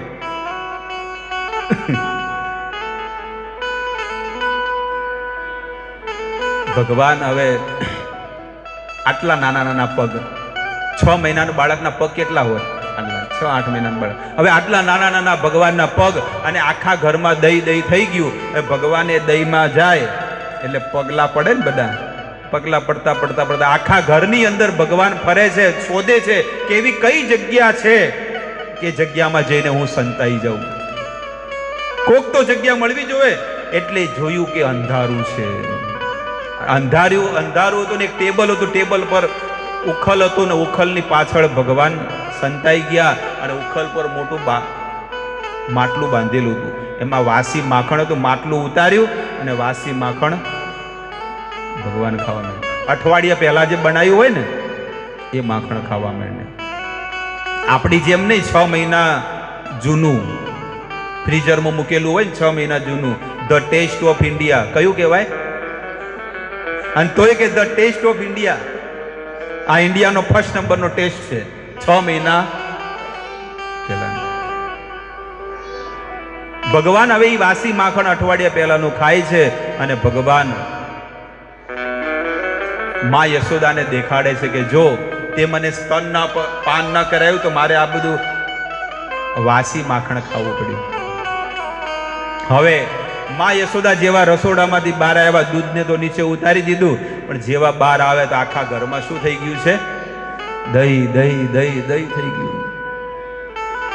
જઈને પેલું માટલું જોયું તો માટલું ધીરે આટલું જ હોલ પડેલો હતો. પેલા માં બહુ પ્રસન્ન થયા યશોદા કે મારો દીકરો મોટો થાય છે, અને કેટલી બુદ્ધિમાની વાપરી છે બોલો, થોડો અવાજે ના આવ્યો અને ગયો ક્યાં? વિચાર કરે છે માં યશોદા, વિચાર કરે છે કે આ દીકરો ગયો ક્યાં. પણ વિચાર કરો છો કે અત્યારે મારા ઘરમાં જો આટલો ભજવાડ કર્યો તો પેલે ગોપીઓના ઘરે કેટલો કર્યો હશે? તો હવે પાકું થઈ ગયું, ફાઇનલ થઈ ગયું કે આ ખોટો સિક્કો અમારા ઘરમાં કયો સિક્કો છે? ખોટો સિક્કો છે. આપણે જ નાનપણથી આપણા છોકરાની વાર લઈએ એટલે મોટો થઈને છોકરો કેવો બને? દાદા બને, ડાકુ બને. સમજ્યા વાતમાં? ના ના, મારો છોકરો તો આવો નથી, તમે ખોટા આવો મારા છોકરાને આમ કરી રહ્યો છો. પણ આપણા દીકરાનો વાંક હોય, આપણે જાણતા હોય ને, તો એ જ ઘડીએ એને શું કરવું જોઈએ? તમાચો મારવો જોઈએ. છોકરો સ્કૂલમાંથી છે ને કોકની બેગમાંથી રબડ ચોરીને લાવે, કોકની બેગમાંથી પેન્સિલ ચોરીને લાવે. ભલે એને ખબર નથી કે આને ચોરી કહેવાય, પણ એને લઈ લીધી અને ઘરે લઈને માને ખબર હોય કે આ મારી પેન્સિલ નથી, કારણ કે મેં નથી આપી. આવી રીતે ધીરે ધીરે છોકરાને ખબર પડી ગઈ, કારણ કે માં બોલે નહીં. હવે એ છોકરો કોલેજમાં ગયો એટલે કોલેજમાં એને ધીરે ધીરે ચોરીઓ કરવા માંડ્યો. નાનપણથી માં બોલી નહીં અને ધીરે ધીરે ધીરે એ છોકરો ધીરે ધીરે મોટો મોટો ક્રિમિનલ બની ગયો, ડાકુ બની ગયો. અને એ છોકરાને ધીરે ધીરે પછી છે ને ફાંસીની સજા મળી. ફાંસીની સજા મળી. જેલરે કીધું કે તારી છેલ્લી ઈચ્છા હોય તો બોલ. એ કે મારે મારી માને મળવું છે, મારે મારી માને મળવું છે. છેલ્લી ઘડીએ માને બોલાવવામાં આવી. માને કહે છે કે આ શું છે? ફાંસીનો ફંદો. આ ફાંસીના ફંદામાં હું 2 મિનિટ પછી હું લટકવાનો છું, અને આનું કારણ કોણ છે ખબર છે? માં તું છે. પહેલી વખત જો હું રબડ ચોરીને લાવ્યો તો ને, એ સમયે જો તું મને મારી હોત ને, તો આજે આ જગતની અંદર તારો દીકરો ભગવાનની ભક્તિ કરત અને કેટલી પેઢીઓને તારી નાખત. પણ એ સમયે તું મને એક શબ્દ ન બોલી. બીજી વખત પેન્સિલ ચોરીને લાયો, ત્રીજી વખત નોટ ચોરીને લાયો. એમ કરતા કરતા આજે હું એટલો મોટો ડાકુ બની ગયો. જો શરૂઆતમાં જે તે મને કંટ્રોલમાં રાખ્યો હોત ને, તો આજે મારા આવા દિવસો ન આવ્યા હોત. એટલે કે છે કે નાનપણથી બાળકને જેવા તમે સંસ્કાર આપો, એ દીકરો એવો મોટો થઈને બનશે. કુમળો છોડ હોય ને, તમારે જેમ વાળવો એમ વળે. પછી મોટો લેબડાનો ઝાડ થઈ જાય અને પછી તમે કે એને વાળો, પછી એને વાળવું ના પડે, એને શું છે? કાપવું જ પડે. એમ 15 વર્ષ સુધી તમે બાળકને જે સંસ્કાર આપો ને, એ બાળકની અંદર સંસ્કાર આવશે. એને મંદિરે લાવો, એને પગે પડાવો, ચરણામૃત આપો, પ્રસાદ આપો. એ કાંઈ નહીં તો એ ભગવાનના મંદિરે આવશે, એના કાનની અંદર ભગવાનના શબ્દો ઉતરે, સાધુ સંતોના આશીર્વાદ, ભગવાનના આશીર્વાદ, ભગવાનનું ચરણામૃત, આ બધી વસ્તુઓ એને રોજ મળતું રહે. વિચાર કરો, એ દીકરો મોટો થઈને નરસિંહ મહેતા જેવો ભક્ત બની જશે, ધ્રુવ પ્રહલાદ જેવો ભક્ત બની જશે. નાનપણથી એને આ બધી વસ્તુને શિખામણ આપો. આવા સંસ્કારો નાનપણથી આપવા જોઈએ. માં યશોદા વિચાર કરે છે કે હવે મારા કાનાને મારે ફટકાર પાડવી પડશે, કારણ કે આખા વ્રજની અંદર, ગોકુળની અંદર મારો દીકરાએ બધાને હેરાન કરતો હશે. એટલે માં યશોદાએ લાકડી લીધી અને લઈને શોધે છે, પણ ક્યાંય ન મળ્યું. પણ અંધારા રૂમમાં ભગવાન સંતાઈ ગયા છે. આટલા બધા રૂમો હતા, ભગવાન કોઈ રૂમમાં ન ગયા અને અંધારા રૂમમાં જ કેમ ગયા છે? કેમ ગયા છે ભગવાન? તમને શું લાગે છે કેમ ગયા છે અંધારા રૂમમાં? અજવાળામાં તો દેખાઈ જાય ને, પણ અંધારામાં ન દેખાય. અંધારામાં ન દેખાય એટલે ભગવાન અંધારામાં છુપાઈ ગયા. એવી રીતે ભગવાનનો જે ભક્ત હોય ને એ પણ ભગવાનને પ્રાર્થના કરે કે ભગવાન, હે કૃષ્ણ, તમે જ્યારે માખણ ચોરી કરીને જ્યારે તમે અંધારો રૂમ શોધો છો કે ક્યાંક અંધારો રૂમ મળી જાય તો એમાં સંતાઈને એમાં રહું, તો હે ભગવાન, તમે જો અંધારો રૂમ શોધતા જ હોય ને તો સૌથી ઘોર અંધારું તો મારા હૃદયની અંદર છે. કેટલાય જન્મોથી અંધકાર ભરેલો છે, તમે મારા હૃદયની અંદર વિરાજમાન થઈ જાઓ અને અહીંયા તમને કોઈ શોધવા નહીં આવે. આ છે ભક્ત. ભક્ત ભગવાનને પ્રાર્થના કરે કે મારા હૃદયમાં અંધારું જ છે, પણ તમે આવો અને એમાં છુપાઈ જાઓ અને મારા હૃદયમાં હું તમને પેક કરી નાખીશ. ભગવાન, આવો ભાવ હોવો જોઈએ કે ભગવાન, હું તમને કેટલાય જન્મોથી શોધી રહ્યો છું. એક વાર તો તમે મને તમારી ઝાંખી આપો, એક વાર તો તમે દર્શન આપો. દર્શન દ્યો ઘનશ્યામ, અખિયા હરિ દર્શન કી પ્યાસી. તમારા દર્શન કરવા માટે મારી આંખો તરસી રહી છે, એક વાર તો તમે દર્શન આપો. આવી રીતે ભગવાન અંધારા રૂમમાં છુપાઈ ગયા છે અને માં યશોદા જોયો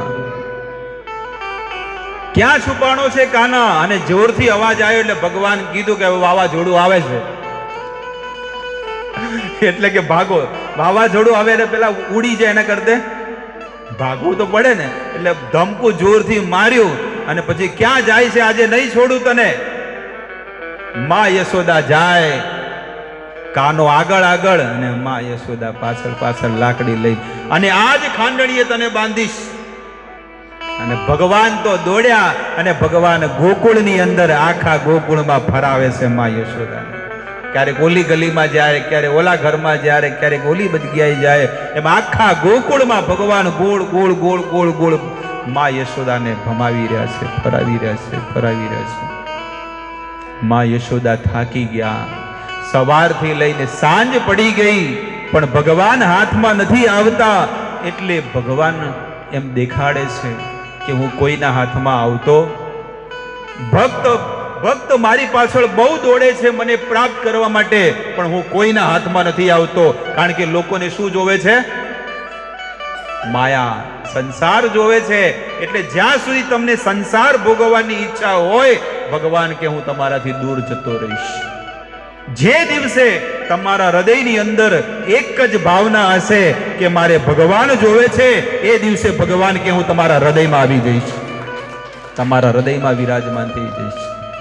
અને આજે સવારથી લઈને સાંજ પડી ગઈ પણ ભગવાન હાથમાં આવતા નથી. ભગવાન વિચાર કરે છે કે હજી માને હજી દોડાવી છે.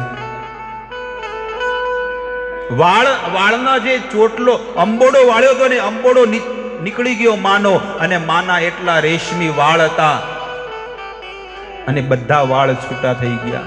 અને માં યશોદા દોડે છે અને રેશમી વસ્ત્રો પહેર્યા છે માં યશોદાએ, અને બહુ સ્પીડમાં દોડી રહી છે. પણ ભગવાન તો નાના છે, પણ તોય ભગવાન દોડે છે. ભગવાન દોડે છે અને ભગવાન યશોદાના હાથમાં આવતા નથી. સાંજ પડી એટલે ભગવાને જોયું કે મારી માનું તપ હવે પૂરું થઈ ગયું છે. એને બહુ તપ કર્યા છે, બહુ ઉપવાસ કર્યા, બહુ મહેનત કરી. હવે મારે માના હાથમાં આવવું પડશે. અને જો હું ન આવું ને તો હું પ્રભુનો કહેવાઉં. કારણ કે આને તપ કર્યું છે, મહેનત કરી છે.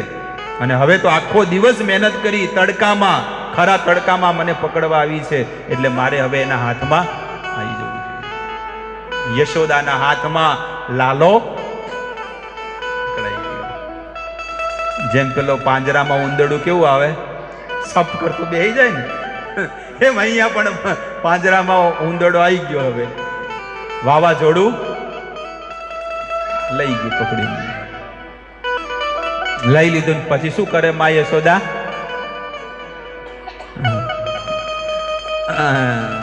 વિચાર કરો. અને કાન આંબળે એટલે ભગવાન રડવા માંડ્યા કે માં હવે નહીં કરું. ના ના, હવે તને આપણે તું ઘરે ચાલ. અને જેની તે મદદ લીધી છે ને એની સાથે જ બાંધીશ. કોની સાથે? ઉખલની સાથે તને બાંધીશ. માં યશોદા ઘરે લઈ ગયા અને ઘરે લઈ જઈ અને ઉખલની સાથે બાંધવાની કોશિશ કરી. ઉખલને નીચે ઉતાર્યો. નીચે ઉતારીને ઉખલમાં માં યશોદા એને બાંધવા જાય છે. અરે દાસીઓ જલ્દી આવો અને ઓલા દોરડા પડ્યા લાવો. અને જેવું દોરડું લેવા જાય અને બાંધવા જાય તો ઓછું પડે છે. હવે આટલામાં ક્યાં ગાંઠ બાંધવી જોઈએ? આટલું લાંબુ હોય બે બાજુ તો કઈ ગાંઠે લાગે. આટલામાં ક્યાં ગાંઠ લાગવાની છે? એટલે કે કામ કર, બીજું બાજુ વાળું છે એ લઈને આવ, ત્રીજું લઈને આવ, 4 લઈને આવ. અને ગાંઠ મારીને ફરીથી ગાંઠ મારવા જાય તો હજી આટલું લાંબુ જ પડે છે. કેવી રીતે ગાંઠ લાગે? આટલું બે બાજુ હોય તો ગાંઠે લાગે, પણ આટલી 2 આંગળની ખાલી આટલી છેટું પડે.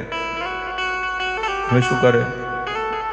પેલું વેલ્ડિંગ નથી કરતા એમ આ લોકો અલગ અલગ ગોપીઓને બધી દાસીઓને કીધું કે બીજા બધા દોરડા લાવ. ગમેણમાં પડ્યા છે, સાપરા પર પડ્યા છે, અભડાઈ પર પડ્યા છે, ને ડાગડામાં પડ્યા છે, બધા લાવ.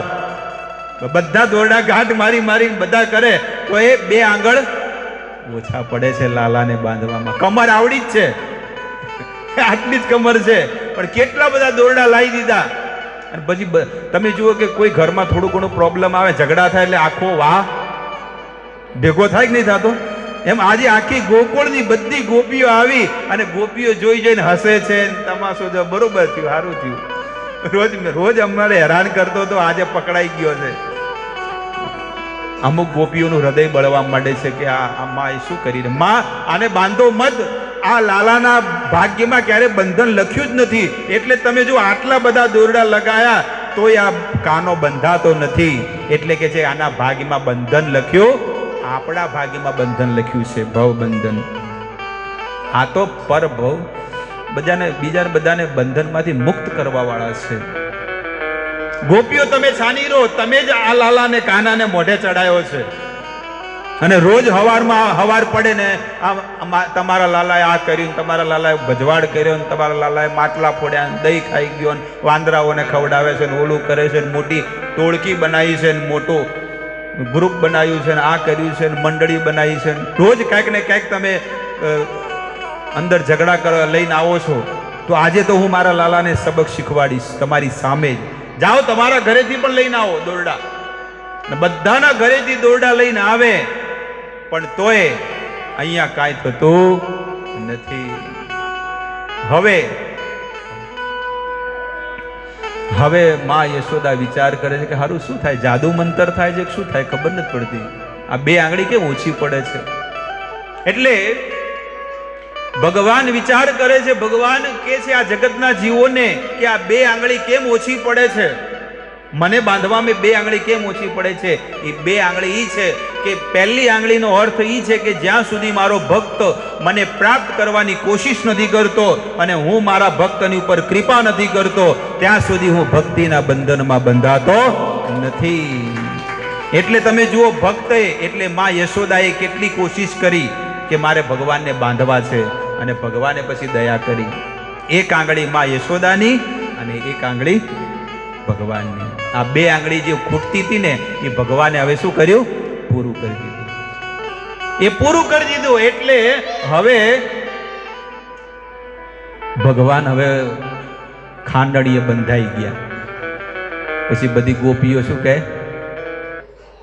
લે, સારું થયું ને, વધારે ઉછળતો હતો ને હવે ઉછળ, વધારે કૂદકા મારતો હતો હવે ઉછળ. હવે માં યશોદાએ તને બાંધી દીધો ને, હવે શું કરીશ કાના? હવે આને કોઈ પાણી મત આપજો, કોઈ ખાવાનું મત આપજો, બસ એને આખો દાડો ભૂખ્યો તરસ્યો રાખવો છે. અને આ વાત જે ગાયો ચરાવવા માટે જે બલરામ ગયો છે એ બલરામને કોકે કહી દીધું. અને બલરામ આવ્યો, કોણે બાંધ્યો? મારા ભાઈને કોણે બાંધ્યો? એટલે માં યશોદા કે મેં બાંધ્યો. હવે કોઈ મેળ પડે એમ હવે કોઈ મેળ પડે એમ નથી. પણ તોય પાછી જીગર આવી અને તાકાત આવી એટલે બલરામજી કહે છે, અરે માં યશોદા, તને ખબર નથી ત્યાં કોને બાંધ્યો છે? આ કાળ છે, કાળ.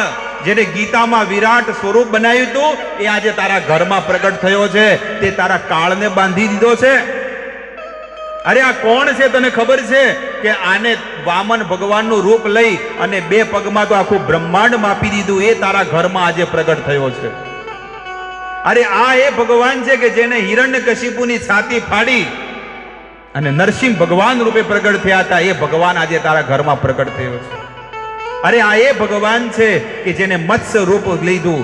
આ એ ભગવાન છે જેને કાચબાનો અવતાર લઈ અને સમુદ્ર મંથનની અંદર પેલી મંથાણીને એને સપોર્ટ આપ્યો હતો.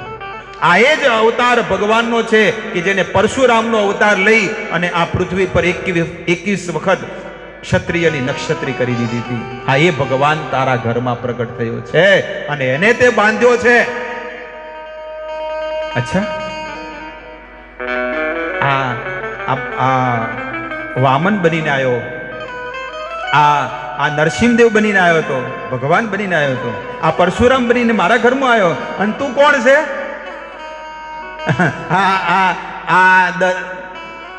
પરશુરામ બન્યો, આ વામન બન્યો, નરસિંહદેવ બન્યો, કશ્યપ બન્યો, કલ્કી બન્યો, બુદ્ધ બન્યો, આ બધા અવતાર લઈને મારા ઘરમાં આવ્યો, અને તું કોણ છે?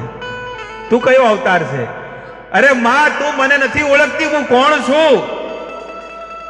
હું અનંત શેષ છું, બલરામ, અને મારા ફેણ પર અનંત શેષ ઉપર કરોડો કરોડો બ્રહ્માંડ છે. અરે મારો આ કાનો એક વખત મને કહી દે તો આ ગોકુળને ફૂંકી મારું હાલ ને હાલ.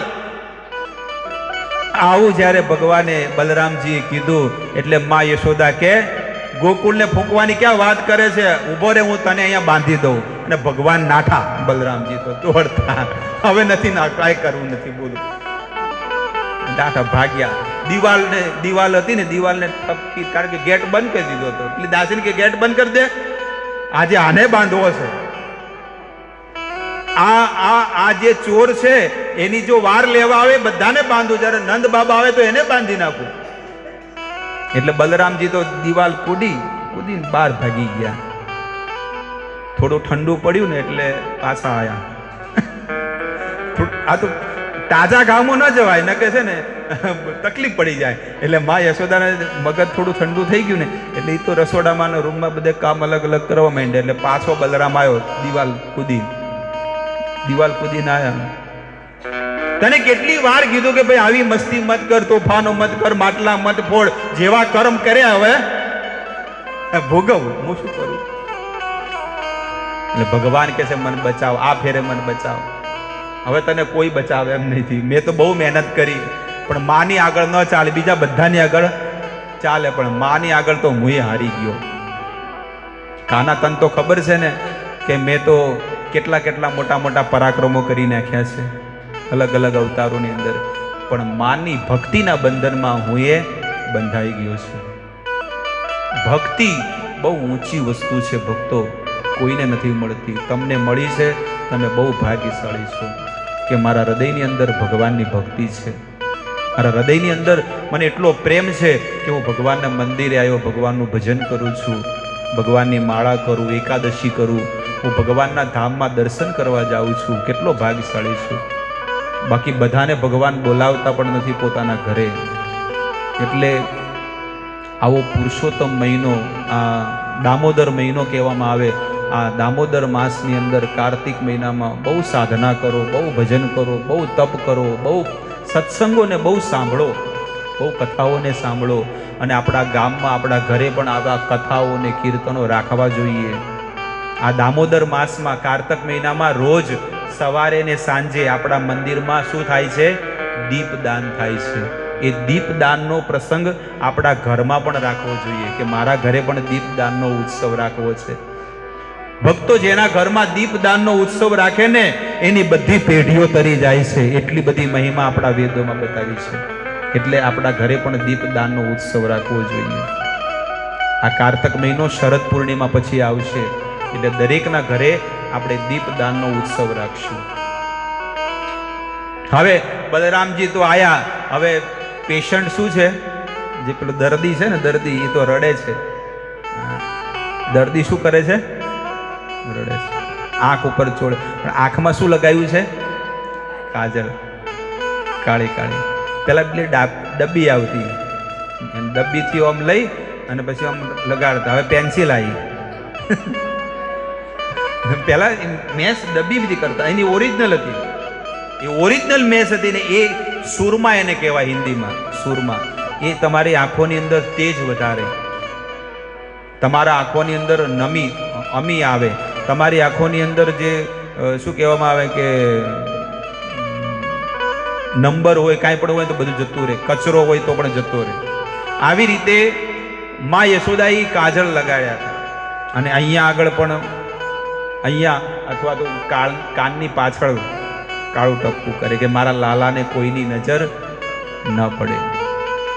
હવે આ કાજલ લગાવે છે, ભગવાનને રડવું આવે એટલે ભગવાનને આંખમાં આમ ચોળે છે, આંખ ચોળે. કારણ કે તમે જુઓ કે માણસ કોઈ પણ વ્યક્તિ રડે ને તો એની આંખો બધી ભરાઈ જાય આંસુઓથી, એટલે આંખમાં એને કષ્ટ પડે, પીડા થાય, એટલે એ બધું એ જે દુઃખ છે ને એ બહાર આવી જાય. એટલે ભગવાન શું કરે છે? ચોળી રહ્યા છે.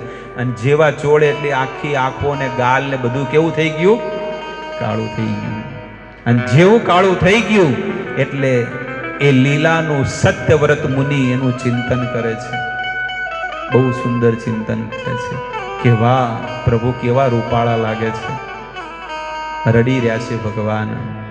ભગવાન વિચાર કરે છે કે હું ભગવાન કાળ રૂપે આ જગતમાં મેં ગીતામાં લખી દીધું છે કે હું બધાને રોવડાવવા વાળો છું, પણ આજે માના ઘરમાં હું પોતે રડી રહ્યો છું. હું તો બીજાને રોવડાવું છું, આપણે બધા નહીં રડતા? બધા રડે છે. બહારથી ભલે દેખાતા નહીં આંસુ, પણ બધા રડી તો રહ્યા જ છે. બધા રડી રહ્યા. દુઃખ, આ દુઃખ શું છે? આ એ જ છે. કોકના પૈસા લઈને કોક જતું રહે બાપડો ઘરમાં સોફા પર બેઠો બેઠો શું કરે? હા મારે તો આ દિવાળી જઈ ખરાબ જઈ નહીં. કોઈક પૈસા લઈને ઉઠી જાય તો કોઈ ગાળો બોલે, કોઈ ઝઘડા થાય, કાંઈક પ્રોબ્લેમ થાય. આ દુઃખાલય જગતની અંદર આ જ વસ્તુ થવાની છે. એટલે નક્કી કરી લેવું જોઈએ કે આ જગતમાં આપણે સુખી થવાના, સુખી થવું હોય તો ભગવાનની શરણ લઈ લો કે બસ હવે મારે ભગવાનની શરણ લઈ અને ભક્તિમાં આગળ વધવું છે. આ ભગવાનની લીલા છે. હવે ભગવાન તો બંધાઈ ગયા છે, કોઈનો સહારો મળ્યો, બધાને આજીજી કરી, ગોપીઓને કરી, ગોવાળિયાઓને કરી, પેલી ટીમને એમનો જે મોટું મંડળ બનાવી એમને કીધું ના બાપ બધાને પોકી વળાય, પણ માં યશોદાને એના પોકી વળાય. ભગવાન હવે શું કરે? ભગવાન કે હવે જો કોઈ સપોર્ટ આલતું નથી તો હવે મારે મારી રીતે મહેનત કરવી પડે. અને ભગવાન હવે એવી તાકાત લગાડી, એટલી તાકાત લગાડી પેલું ખાંડણી હતું ને ઊંધું પાડી દીધું. આખું ઊભું હતું પણ કેવું થઈ ગયું? હાડું થઈ ગયું. અને ધીરે ધીરે ધીરે ભગવાન, એ ગેટ ખુલ્લો હતો. આજે ગેટ ખુલ્લો હતો. જેને ગેટની બહાર ગયા અને બહાર જઈને બે આંગણામાં બે ઝાડ હતા ને, બે ઝાડવા હતા.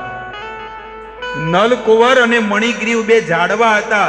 અને આ બંને ઝાડવાઓ હજારો વર્ષોથી તપ કરી રહ્યા હતા.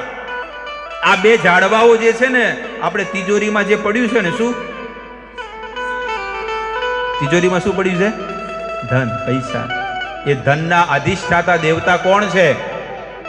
કુબેરજી. અને કુબેરના બે દીકરા નલકુંવર અને મણિગ્રીવ. કયા કયા? નલકુંવર, મણિગ્રીવ. આ બે દીકરાઓ હતા. અને બે દીકરાઓએ બહુ મોટો અપરાધ કર્યો હતો. એ કથા આપણે આવનારા કથામાં આપણે રવિવારે સાંભળીશું. પણ આ નળકુંવર મણિગ્રીવે એટલો મોટો અપરાધ કર્યો, નારદ મુનિએ શ્રાપ આપી દીધો કે તમે એક પૃથ્વી પર જે માણસો, જેમ આસુરી વૃત્તિના માણસો કર્મ કરે એવું કર્મ તમે કર્યું છે. આ શરીરમાં એક પણ વસ્ત્ર પહેર્યું નથી અને ગંગા નદીમાં તમે સ્નાન કરો છો વગર વસ્ત્રે. જાઓ, તમને શ્રાપ આપી દઉં છું કે તમે આ પૃથ્વી પર ઝાડ બની જાઓ. પણ જ્યારે શ્રાપ આપ્યો એટલે હાથ જોડી દીધા. આ કુબેરના દીકરાઓની વાત છે. હાથ જોડીને કહે છે કે અમને ક્ષમા કરો, અમારીથી મોટી ભૂલ થઈ ગઈ. કારણ કે સ્વર્ગની મદિરા પીધેલા હતા. અને જ્યારે કોઈ મદિરા પીધેલો, દારૂ પીધેલો હોય ને, એને કોઈ ભાન હોતું નથી. એટલા માટે આ વસ્તુને ક્યારે ન કરવું જોઈએ. આપણા બાપ ગોતરમાં કોઈ આ વસ્તુ કરી નથી ને આપણે આ વસ્તુ કરીએ. આપણા હૃદયમાં ભગવાન બેઠા છે. કેટલું કેટલું ખોટું લાગે. આવું કર્મ ક્યારે ન કરવું જોઈએ. આજથી આ ત્યાગ કરી દઉં, આવો સંકલ્પ કરવો જોઈએ. એવા મિત્રો હોય એનો ત્યાગ કરી દેવો જોઈએ કે આ મને નરકમાં લઈ જશે. અને એવા વ્યક્તિનો સંગ કરો. પાનબાઈ કે છે, સંગ રે કરજો રે તમે એવાનો કે તમે ભવ પાર થઈ જાઓ. એવા વ્યક્તિનો તમે સંગ કરજો. હંમેશા સારા વ્યક્તિના સંગમાં રહેજો. દુર્જનનો સંગ કરશો તો દુર્જન બનશો, અને સત્સંગીનો સંગ કરશો તો તમે પણ સત્સંગી બની જશો. માં યશોદા એ તો અંદર ઘરમાં કામ કરી રહી છે, અને ભગવાન એટલું મોટું ખાંડણીયું લઈ, ઉખલ લઈ અને બધો પાર્સલ લઈને આગળ બહાર જાય છે. બોલો, મોટું ગોદામ ઉપાડ્યું છે. અને ભગવાન કહે છે કે જો આ હજારો વર્ષોથી મારા આંગણામાં તપ કરી રહ્યા છે, મને પોકારી રહ્યા છે કે ભગવાન આવો અને અમારું કલ્યાણ કરો. ઝાડવા બની ગયા હતા. ઝાડ કોઈ દિવસ કપડાં પહેરે? એમ આ જગતમાં પણ માણસ થઈને જો જનાવર જેવા જીવન જીવશે અને પોતાના શરીરનું પ્રદર્શન કરતા હોય ને, પેલા સ્ટેજ ઉપર નહીં ટી શર્ટ કાઢી કાઢીને નાચતા, એ તમને ખબર છે કોણ નાચી રહ્યું છે? ટીવીમાં આવે છે ને, કયા ખાન આવે છે?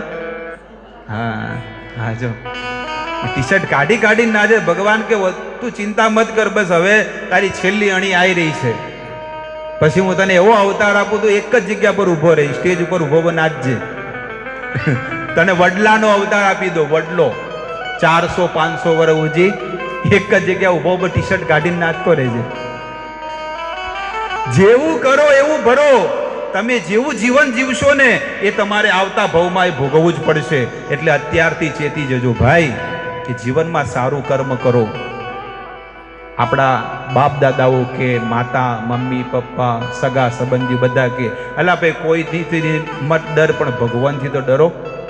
નહીં કહેતા કે ભગવાનથી તો ડરો? તમે આ બધા કર્મ કરી પાપ કરી કરીને ચો જાઓ, નરકમય તમને જગ્યા નહીં મળે.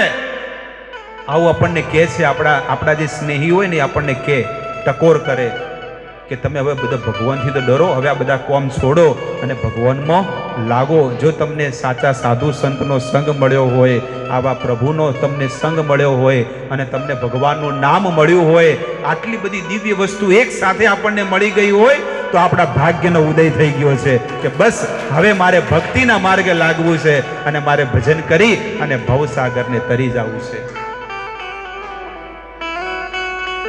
આવી રીતે એ ખાંડણીયું લઈ, ઉખલ લઈ અને પેલા બે ઝાડ નજીક હતા, એ ઝાડની પાસે ગયા અને જઈને બે ઝાડની વચ્ચે ભગવાન તો નીકળી ગયા, પણ પેલું ઉખલ ફસાઈ ગયું. એવડું મોટું થોડું જાય. ભગવાન કે હારું ગાડી કેમ અટકી ગઈ? આટલી અંદરથી તો ફટોફટ આવી ગાડી, પણ અહીંયા ઝાડ આવ્યા એટલે કેમ અટકી? હા, ઝાડ આવ્યા એટલે. પણ તો ભગવાન કે હવે ચાલુ જ રાખો ગાડી. ભગવાને પછી ગેર માર્યો, જોરદાર જેવો ગેર માર્યો, કર અવાજ આવ્યો અને બે ઝાડ મોટા પડ્યા. બે ઝાડ પડી ગયા ને એમાંથી બે દેવતાઓ પ્રગટ થયા. અને પેલા બધા નેવોળીમાંથી બધા જોતા હતા, પેલા નાના નાના ગોવાળિયા હતા ને બધું જોતા હતા. બધા દિવાલ ઉપરથી ટપકી ટપકીને બધા જોતા કે શું થઈ રહ્યું છે? આ ઝાડ પડ્યા અને બે દેવતા પ્રગટ થયા. અને બે દેવતા નલકુંવર મણિગ્રીવ પ્રાર્થના કરે છે. પ્રાર્થના કરી કે પ્રભુ અમે કેટલાય જન્મોથી કેટલાય વર્ષોથી તમારા દર્શન માટે તરસ્યા હતા, પણ આજે તમારો સ્પર્શ થવાથી આજે અમારા ઝાડ યોનિમાંથી કલ્યાણ થઈ અને અમને દેવ યોની મળી ગઈ છે. ભગવાનનો સ્પર્શ થવાથી જ થશે. એટલા માટે કહે છે કે રોજ ભગવાનના દર્શન કરો, અને એક દિવસ ભગવાનની અમી દ્રષ્ટિ તમારી પર પડી ગઈ તો તમારો કલ્યાણ થઈ જશે, તમારો ઉદ્ધાર થઈ જશે. એટલે કહે છે કે રોજ આવો અને ભગવાનની આગળ રડો. તમે રોજ રડશો ને, પણ એક દિવસ તમારું જે રડવાનું જે છે ને એ ભગવાન સાંભળી લેશે. એટલે કે છે કે રોજ આવો. અને ક્યારે આવો? સવારમાં 5 વાગે બ્રહ્મ મુહૂર્તમાં. અને એ જ્યારે 5 વાગે 6 વાગે આવીને જ્યારે તમે ભગવાનને પ્રાર્થના કરો ને, એ તમારી અરજ સાંભળશે. મેરી અરજ સુનો સરકાર. હે પ્રભુ, મારી અરજ આટલી છે કે બસ મને આ જગતમાંથી તમારા ચરણોમાં લઈ લો. બસ આ જગતમાં તો બધા લોભિયા, ધોતારા, ડાકુ ને ગુંડા એવા જ પડ્યા. કોઈ છે લાગે છે આપણા જીવનમાં? આપણે જોયું કે કોઈ હારો માણસ કોઈ મળ્યો હોય આપણને? બધા ઉઠાણિયા જ મળ્યા. આપણી પાસેથી બધું લૂંટવા વાળા જ મળ્યા. આપવા વાળા કોઈ છે? કોઈ નથી. આપવા વાળો તો માત્ર સાધુઓ છે કે તમને વિના મૂલ્યે બધી વસ્તુઓ આપે છે. તમને ભગવાન આપ્યા, ભગવાનનું નામ આપ્યું, ભગવાનનો પ્રસાદ આપ્યો અને ભગવાનના દર્શન આપ્યા. સાધુ તમને દેવા માટે આવ્યા છે તો તમે લઈ લો. સાધુ માગે છે તમારી પાસે? ના. અરે માગે છે પણ એ ભગવાન માટે માગે છે કે મારે ભગવાન માટે તમે મને આપો. એટલા માટે દીધું હોય તો દેતો જાજે, ચપટી ચણ નાખતો જાજે. જો ભગવાને આપણને કંઈક આપ્યું છે, હવેથી એક નિયમ કરવો, સંકલ્પ કરવો કે મારે વાપરવું હોય તો ભગવાન માટે જ વાપરવું છે. ભલે હું 2 જોડી કપડાં ઓછા પહેરીશ પણ એમાંથી પણ જે ધન વધશે ને મારા પ્રભુની સેવામાં હું વાપરીશ, ભગવાનની સેવામાં વાપરીશ. આવી રીતે 2 ઝાડવાઓમાંથી જે દેવતાઓ પ્રગટ થયા અને દેવતાઓ ભગવાનના ધામમાં પહોંચી ગયા, સ્વર્ગલોકમાં, જ્યાં એનું સ્થાન હતું ત્યાં. હવે બધા ગોવાળિયાઓએ જોયું અને નંદ બાબા આયા અને નંદ બાબા કે આ યશોદામાએ કીધું કાનો ક્યાં ગયો? અરે એ તો ક્યાં ગયો? એ તો બહાર જોયું તો 2 ઝાડવા પડેલા પડ્યા હતા. કે આ બધું શું થયું? એ કે આને મારો માટલું ફોડ્યું એટલે મને ગુસ્સો આવ્યો ને દોડતો આખા ગોકુળમાં ગયો અને પછી મેં એને પકડી લીધો. પકડીને મેં એને દોરડાથી બાંધ્યા, ખાંડણીથી બાંધ્યા અને મેં તો એને અંદર બાંધ્યો હતો, તો અહીંયા ક્યાંથી આવ્યો? એટલે પેલા બધા નાના ગોવાળિયા હતા. બાબા મેં જોયું. શું જોયું? બોલ. મેં જોયું કે આ કાનો ઉખલ લઈને બહાર આવ્યો, આવડો મોટો ઉખલ લઈને બહાર આવ્યો. હા, પછી આગળ બોલ.